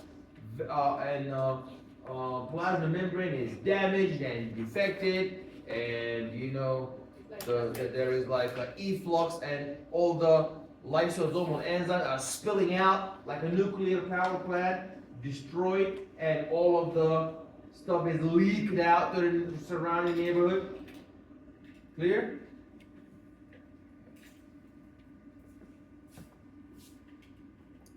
Extended obstruction of the myocardial blood supply causing myocyte necrosis. There's different types. There's STEM I or non-STEM I. We will talk about that. Subendocardial transmural infarction. Is it below the endocardium or spanning through all the layers of the heart? Structural changes. You have myocardial stunning, hibernating myocardial remodeling. So here that's your ventricle, and this is the left ventricle, that's the right ventricle, and you see that the tissue has completely been destroyed.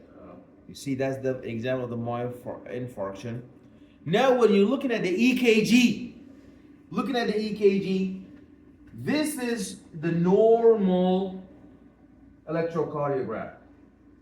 P wave, QRS, T complex. PQRST, PQRST.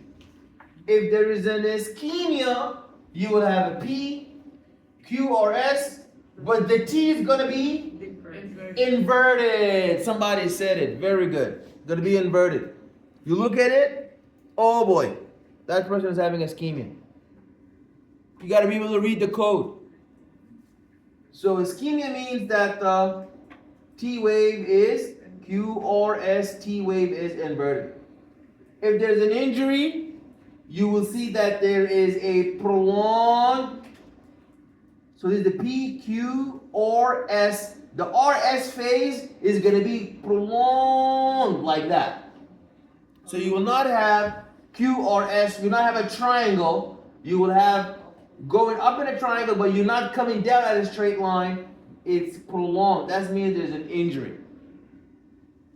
Infarction and a necrosis is very interesting. It looks like a very normal PQRST, but between the P and the Q, what do you see? A sharp drop. Yeah. Exactly. You look at that, you can tell that's the normal heart rate. That means there's ischemia. That means there's an injury. And that means there is an infarction or necrosis. Disorders of the pericardium. That's what we were talking about earlier. There is a bag full of water, but serious full. Is it just purely water like H2O? No, it has water, proteins, electrolytes. That's what attracts bacteria in the first place. Same thing, bacteria just want to be in that bag because there's water in there? No, because there's nutrition stuff. So if it happened within a short period of time, that's acute pericarditis. Pericardial effusion, that means there is a defect and a damage, and sometimes there's an injury and a rupture to the surrounding fluid. And constrictive pericarditis is when the inflammation of the pericardium is choking the heart and restricting its normal relaxation and filling with blood and the concomitant pressure and pumping the blood to the rest of the tissues.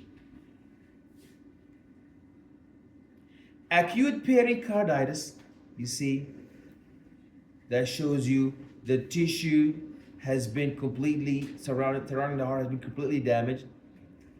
And disorders of the myocardium, you really need to know those three. Disorders of the myocardium, we have dilated cardiomyopathy and hypertrophic cardiomyopathy and restrictive cardiomyopathy.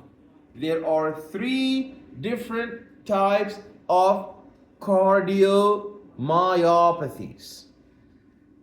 Dilated cardiomyopathy, meaning that the heart muscle is so dilated and thick.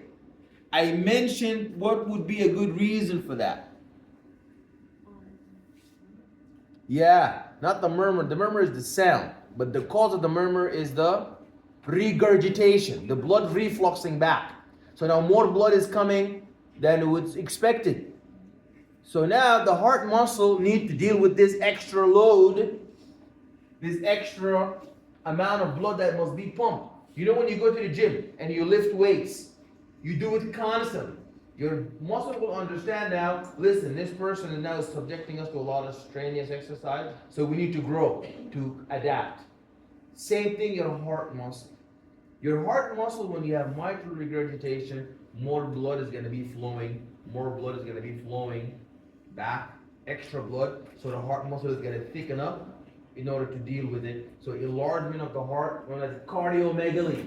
Cardiomegaly meaning that you get an x-ray, you look at the heart, you see that the heart size is very huge.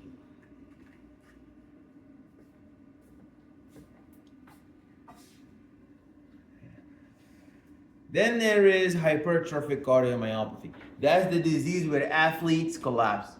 Anybody heard of an athlete in a soccer field or a football field or a basketball field or any sport? They just collapse out of nowhere? Yeah, that's a perfect example of the hypertrophic cardiomyopathy. You need to know the difference between hypertrophy and hyperplasia. They're not the same thing. What's the difference between hypertrophy and hyperplasia? Hypertrophy and hyperplasia. What's the difference? Hypertrophy means that the heart muscle increases in size. So when you lift weight in the gym, your muscle undergoes hypertrophy. Why is that? Because sugar went from your blood to the inside of your muscle. That's why if somebody has a high blood sugar, so them going to the gym, they lift a lot of weights. The sugar is now going from the blood into the muscles, so their blood sugar goes down. It's a hypertrophy, like a ballooning. The hypertrophy, the blood of the muscle becomes big in size. It's not full of air, it's full of what? Sugar, glycogen. Hyperplasia means you don't increase in size, you don't increase in cell size, that's hypertrophy. You increase in cell.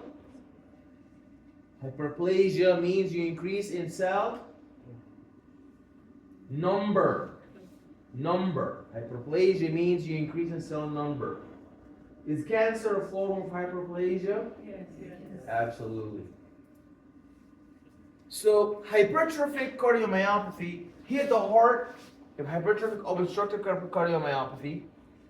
So there's asymmetric septal hypertrophic cardiomyopathy and hypertensive valvular hypertrophic cardiomyopathy.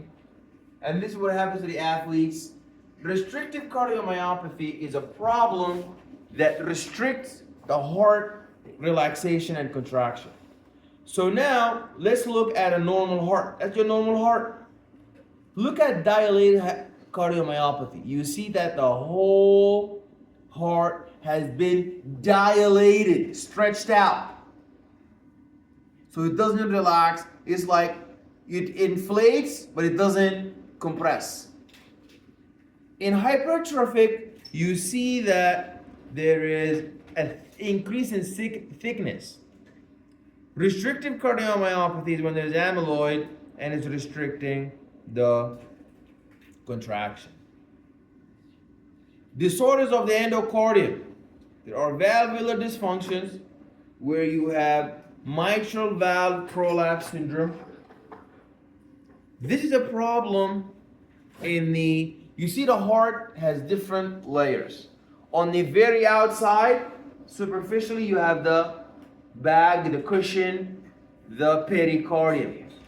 Then right below it, you have the myocardium, the heart muscle. Then most intimately inside, that is touching the blood, there's like a pasty layer that is intimate with the blood, that contains the blood, that is known as the endocardium. Endocarditis means that the innermost layer touching the blood is infected. That's endocarditis. Myocarditis is the middle layer being infected.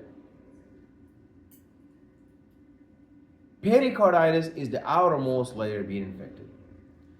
Now you need to know about these valves. We talked about the valves in the blood vessel, that they're supposed to be one-way valves. Otherwise they will be pooling and blood is going to be concentrated at the bottom of the feet. Well, you got to be very careful, because not only the blood vessel valves are one way. There's also the mitral, also the valve in your heart that allow the blood to go from the ventricle from the atria to the ventricle. So you see that the acute valve there's a mitral valve prolapse, meaning that the valve has prolapsed, defected. There are parachute-like structures that hold the valve from refluxing back up. When those parachute-like structures get damaged, the valve is not going to go in the opposite direction. Who remembers the name of those parachutes? Well, you look like cords, like a corda tendon. Purkinje fiber is in the muscle. This is in the valve. Rheumatic fever and rheumatic heart disease. Your immune system is running around with the antibodies trying to shoot and kill bacteria, the streptococcus bacteria, but the antigens at the surface of the streptococcus bacteria have some proteins that resemble the proteins at the surface of your valves, heart valve. So your immune system has amnesia now. Doesn't remember, hey, those proteins is like if a bunch of killers robbed a bank, they were wearing a particular costume, they were wearing suit and tie, and the police now is going around the neighborhood, anybody wearing suit and tie, they arrest them and kill them. That's what exactly your immune system is doing. It's targeting the rheumatic fever cause, those streptococcus bacteria. But some of them have proteins that are also found on the valves. So your immune system is by mistake collaterally damaging your own heart valves. But that's like when there's a fever that is prolonged, not treated immediately. Valvular stenosis. Valvular stenosis is when the valve is stiff and calcified and does not open easily. So blood is not passing through due to the stiffness and the strength. There's the aortic valve stenosis. That's the valve that's in the aorta, meaning going from the left ventricle to the systemic circulation. Imagine that one is too stiff. That means your body is getting no blood. Very dangerous one. Mitral stenosis, that's the valve between your left atria and left ventricle. That means you have no blood to pump into the aorta. Anyways, so that's also going to affect your systemic tissues. Valvular regurgitation. Now that's the opposite. The opposite of stenosis is regurgitation. So one problem we're dealing with is the valves being too stiff, sometimes the valves being too loose, prolapsing or regurgitating. There's aortic valve regurgitation, meaning blood is flowing back down from the aorta back down into the left ventricle. Very good. Mitral regurgitation, that means you have blood mistakenly flowing back upward into the left atrium. Very good. And tricuspid regurgitation, that's the same thing. Nope. Mitral regurgitation is when there's a mistaken flow into the left. Tricuspid regurgitation is when there is a problem in the right heart, the atrioventricular valve between your right atria and right ventricle. So you see all the valves have 3 cusps, except one valve has 2 cusps. Which one of the valve has 2 cusps bicuspid? That's the mitral or left atrioventricular valve. Why do they call it the mitral valve? Because they most of the end. You know the mitrals in the church, they used to wear a hat that has 2 cusps on it. So they used to call it the mitral valve because of the mitrals. But now they don't call it that no more. That's obsolete. It's done. So that's the normal heart valve opening the 2 cusps, and that's the normal heart valve closed the 2 cusps. If you look at a stenosis valve, the orifices are too tight, and this is a regurgitated valve. You see it's still closed. See, it's regurgitating, there's leakage. So mitral valve prolapse, we talked about that. Rheumatic fever, it's a systemic inflammatory disease caused by, as we said, the alpha, the AB hemolytic streptococci, caused by a delayed immune response to the pharyngeal infection by a group AB hemolytic streptococci that causes febrile illness. So there's heat in the brain. We have to be very careful with the fever, because in the fever there's so much heat in the and if you take the antipyretics, the antipyretics try to stop fever from developing, getting worse. But the old fever that's still in your brain, that's only gonna go out if you put a cold pad, not very cold. So the heat can flow from an area of high heat to an area of low heat, especially for children, because the heat is gonna be so much in the brain they're gonna have seizure. So you need to put the pad. Don't underestimate the pad and the fan. Those $5 fans that spin, yeah, those are very important. They cool off the child. They love them. They even hold them too. So you give it to them, it will cool off their brains and it will save their lives.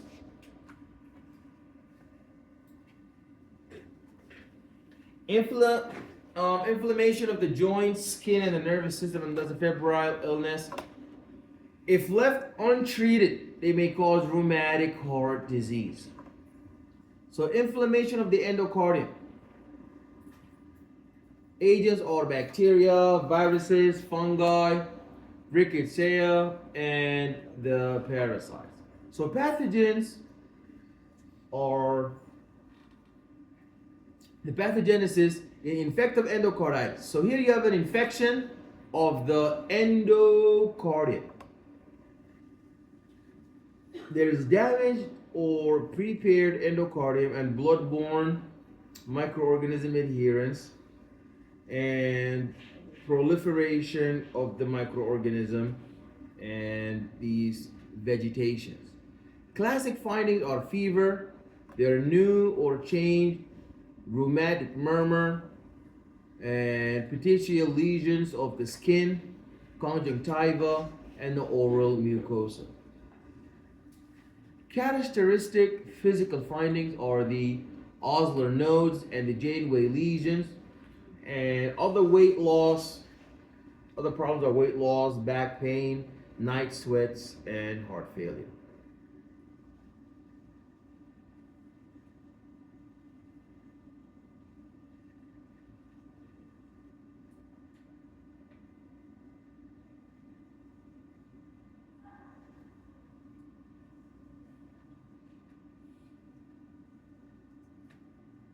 The heart is unable to generate adequate cardiac output.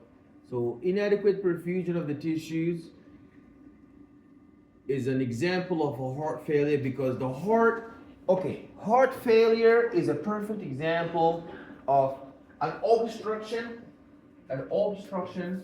perfect example of obstruction in the circulatory movement of blood. So the blood is waiting in line. The blood is not moving forward. And you know what happens when blood is waiting in line? What happens? I told you we were talking about this earlier the day we got interrupted. We were talking about the importance of the properties of the water. We said water is adhesive. We got caught up with the whole adhesive bag around the heart and the lung. Remember that? Then we talked about the water's cohesion. They are so cohesive, they stick together. That's why the insect can walk on top of the water because of the hydrogen bonds. The hydrogen bonds are responsible for the cohesion. You put a water at the surface of the glass and the water is adhesive to the glass. Water has high specific heat capacity. That's why your sweat is predominantly made of water. So it can absorb the heat. Water does not evaporate except at like 100 degrees Celsius. Even though it's little H2O. This is because of the hydrogen bonding. It takes it a lot of heat to evaporate. Ammonia weighs as much as water does. Ammonia, NH3, and water, H2O, they weigh about the same. But water will evaporate at 100 degrees Celsius, while ammonia will evaporate at room temperature, like in the perfume. Why is that? Because water can do hydrogen bonding. Can ammonia do hydrogen bonding? No. So the hydrogen bonding is what gives the water, the water molecules the ability to stick to each other. Really tough.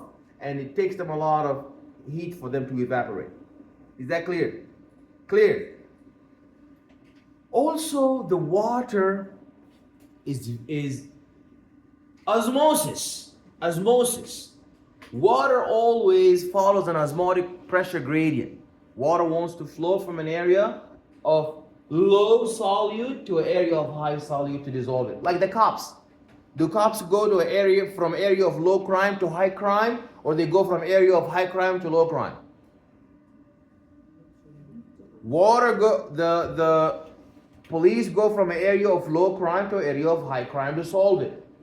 Water does the same thing. It goes from an area of a low concentration of solute to an area of high concentration of solute to dissolve it. From an area of a little bit of salt to an area where there's a lot of salt to dissolve the salt. Now, when water is moving, like in the blood circulation, it's too busy to do osmosis. Got no time because it's being pumped by the heart. Move up to the pulmonary circulation, move to the systemic circulation.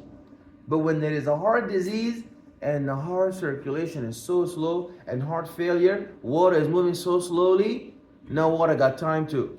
What's over there? What's in the interstitial fluid? Oh, there's salt in there, and you know the interstitial fluid compartment and the tissue compartment are rich in electrolytes. So water is going to be flowing out from the blood vessels to the interstitial compartment and into the tissue compartment, causing edema, like a lower limb edema, pulmonary edema. Systolic heart failure is ejection fraction less than 40%. Inability of the heart to generate adequate cardiac output to perfuse the tissues. So in left heart failure, that's a problem because you know the left heart is responsible for pumping blood to the entire systemic circulation, the entire body. So that means in order to diagnose somebody with left heart failure, the ejection fraction has to fall below how much? 40%. Inability of the heart to generate adequate cardiac output to perfuse the tissues. The stroke volume, the contractility, the preload, the afterload. So there are disruptions that would decrease the cardiac output, and the fall in cardiac output is going to drop progressively.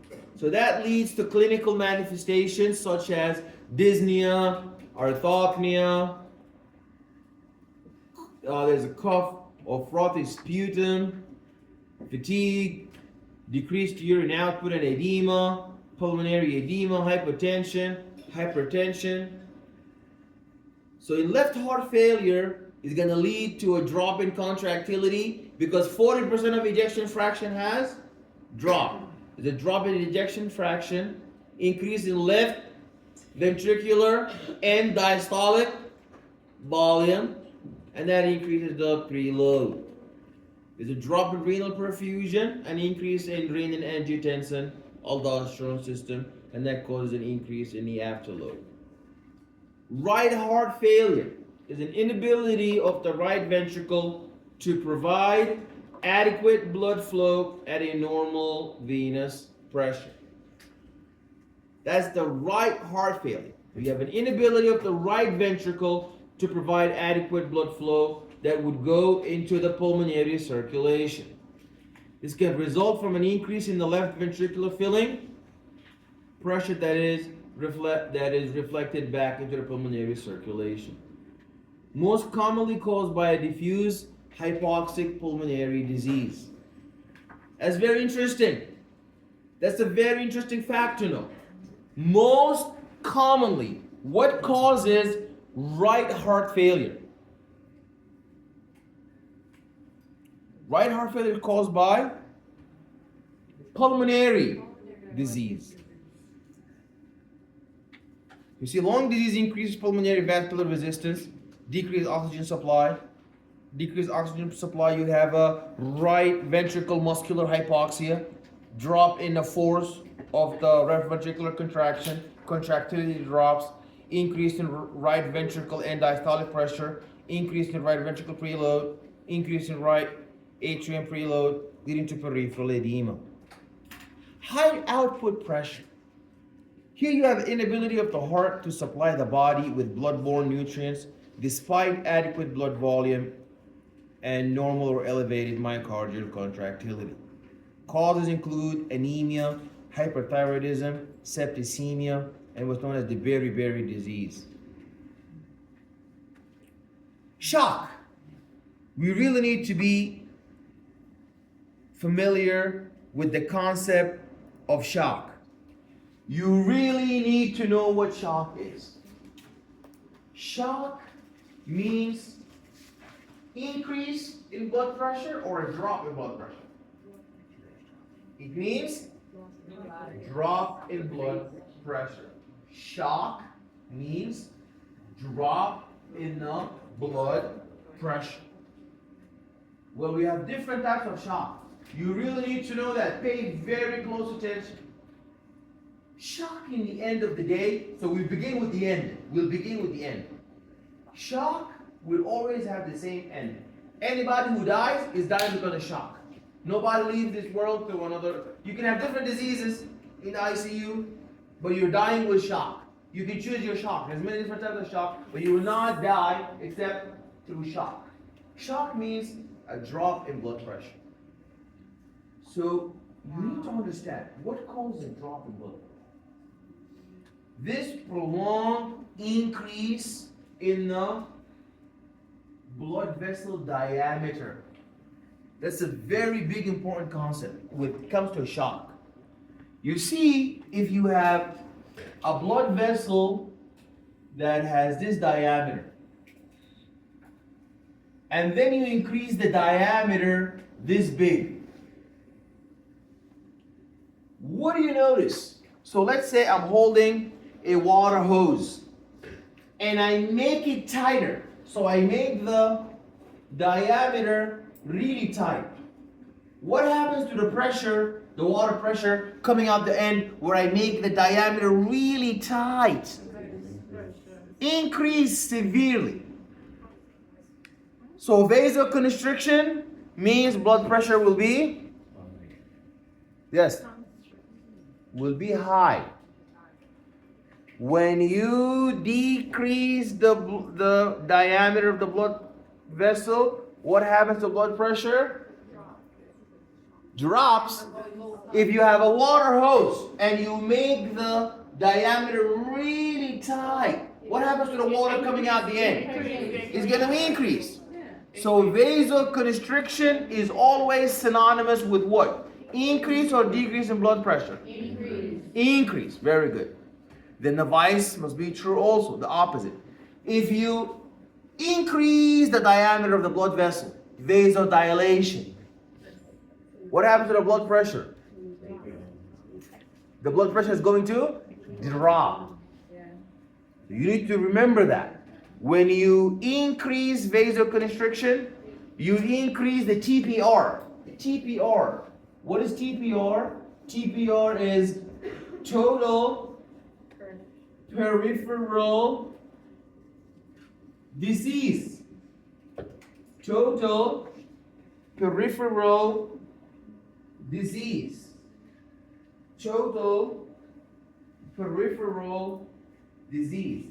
TPR is total peripheral disease.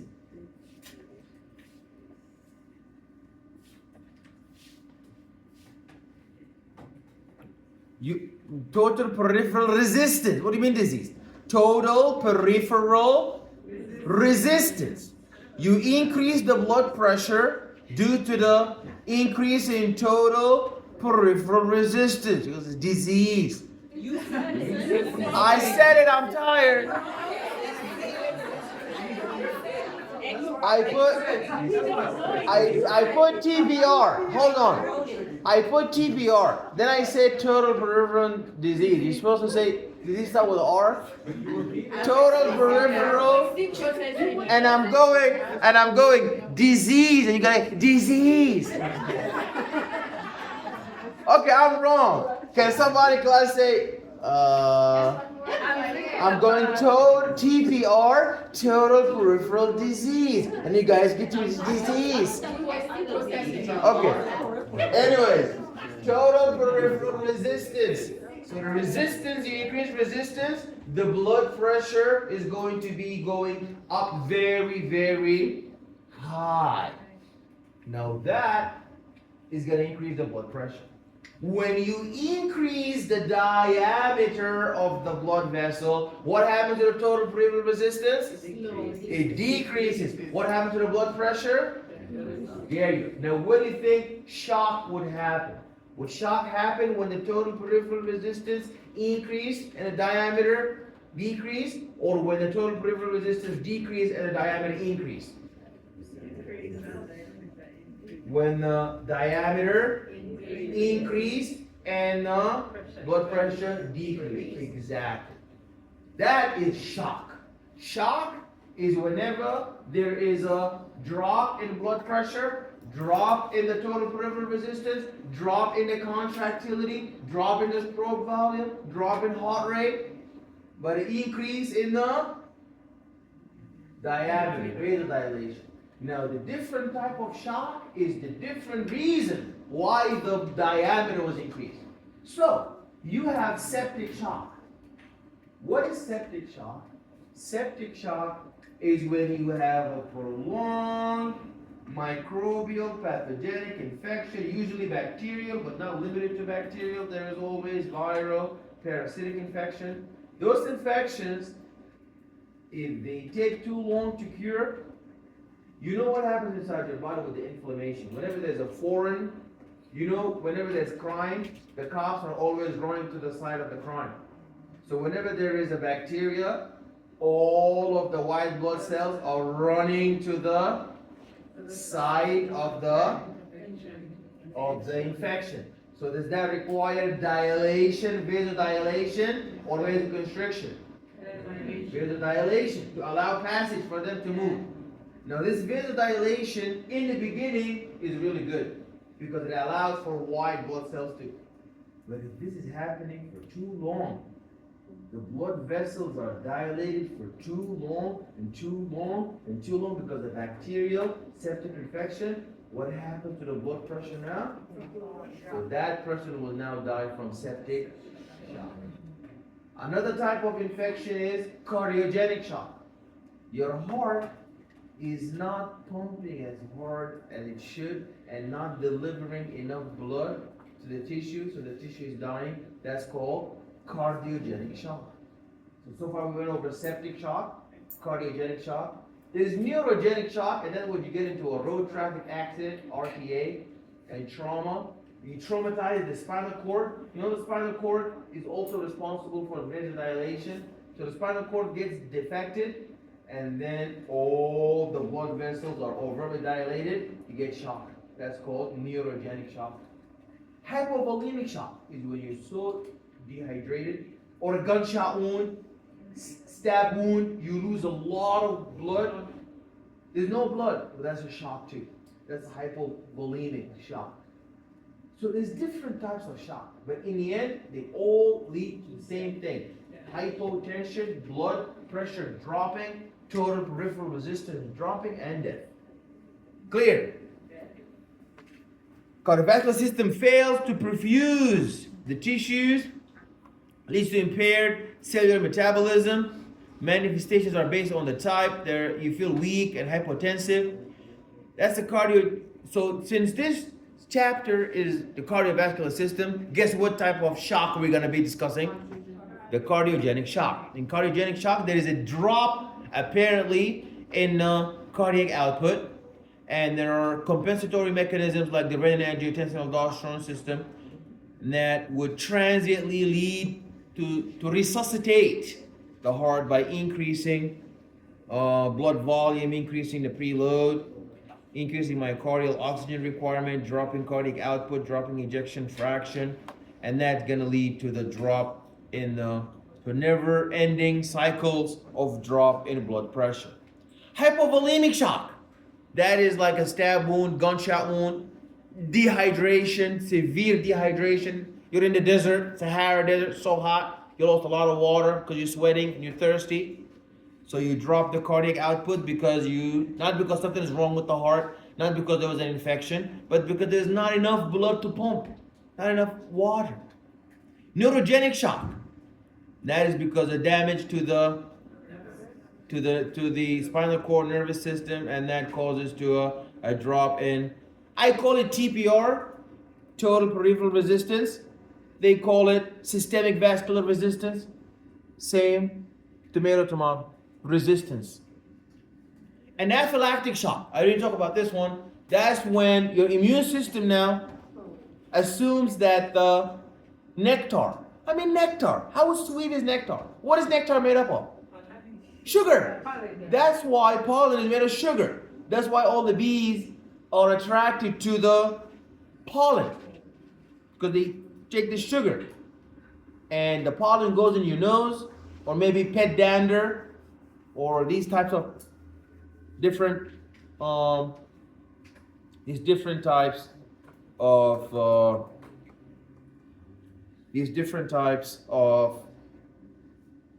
irritants, and then your immune system is going to have hypersensitivity.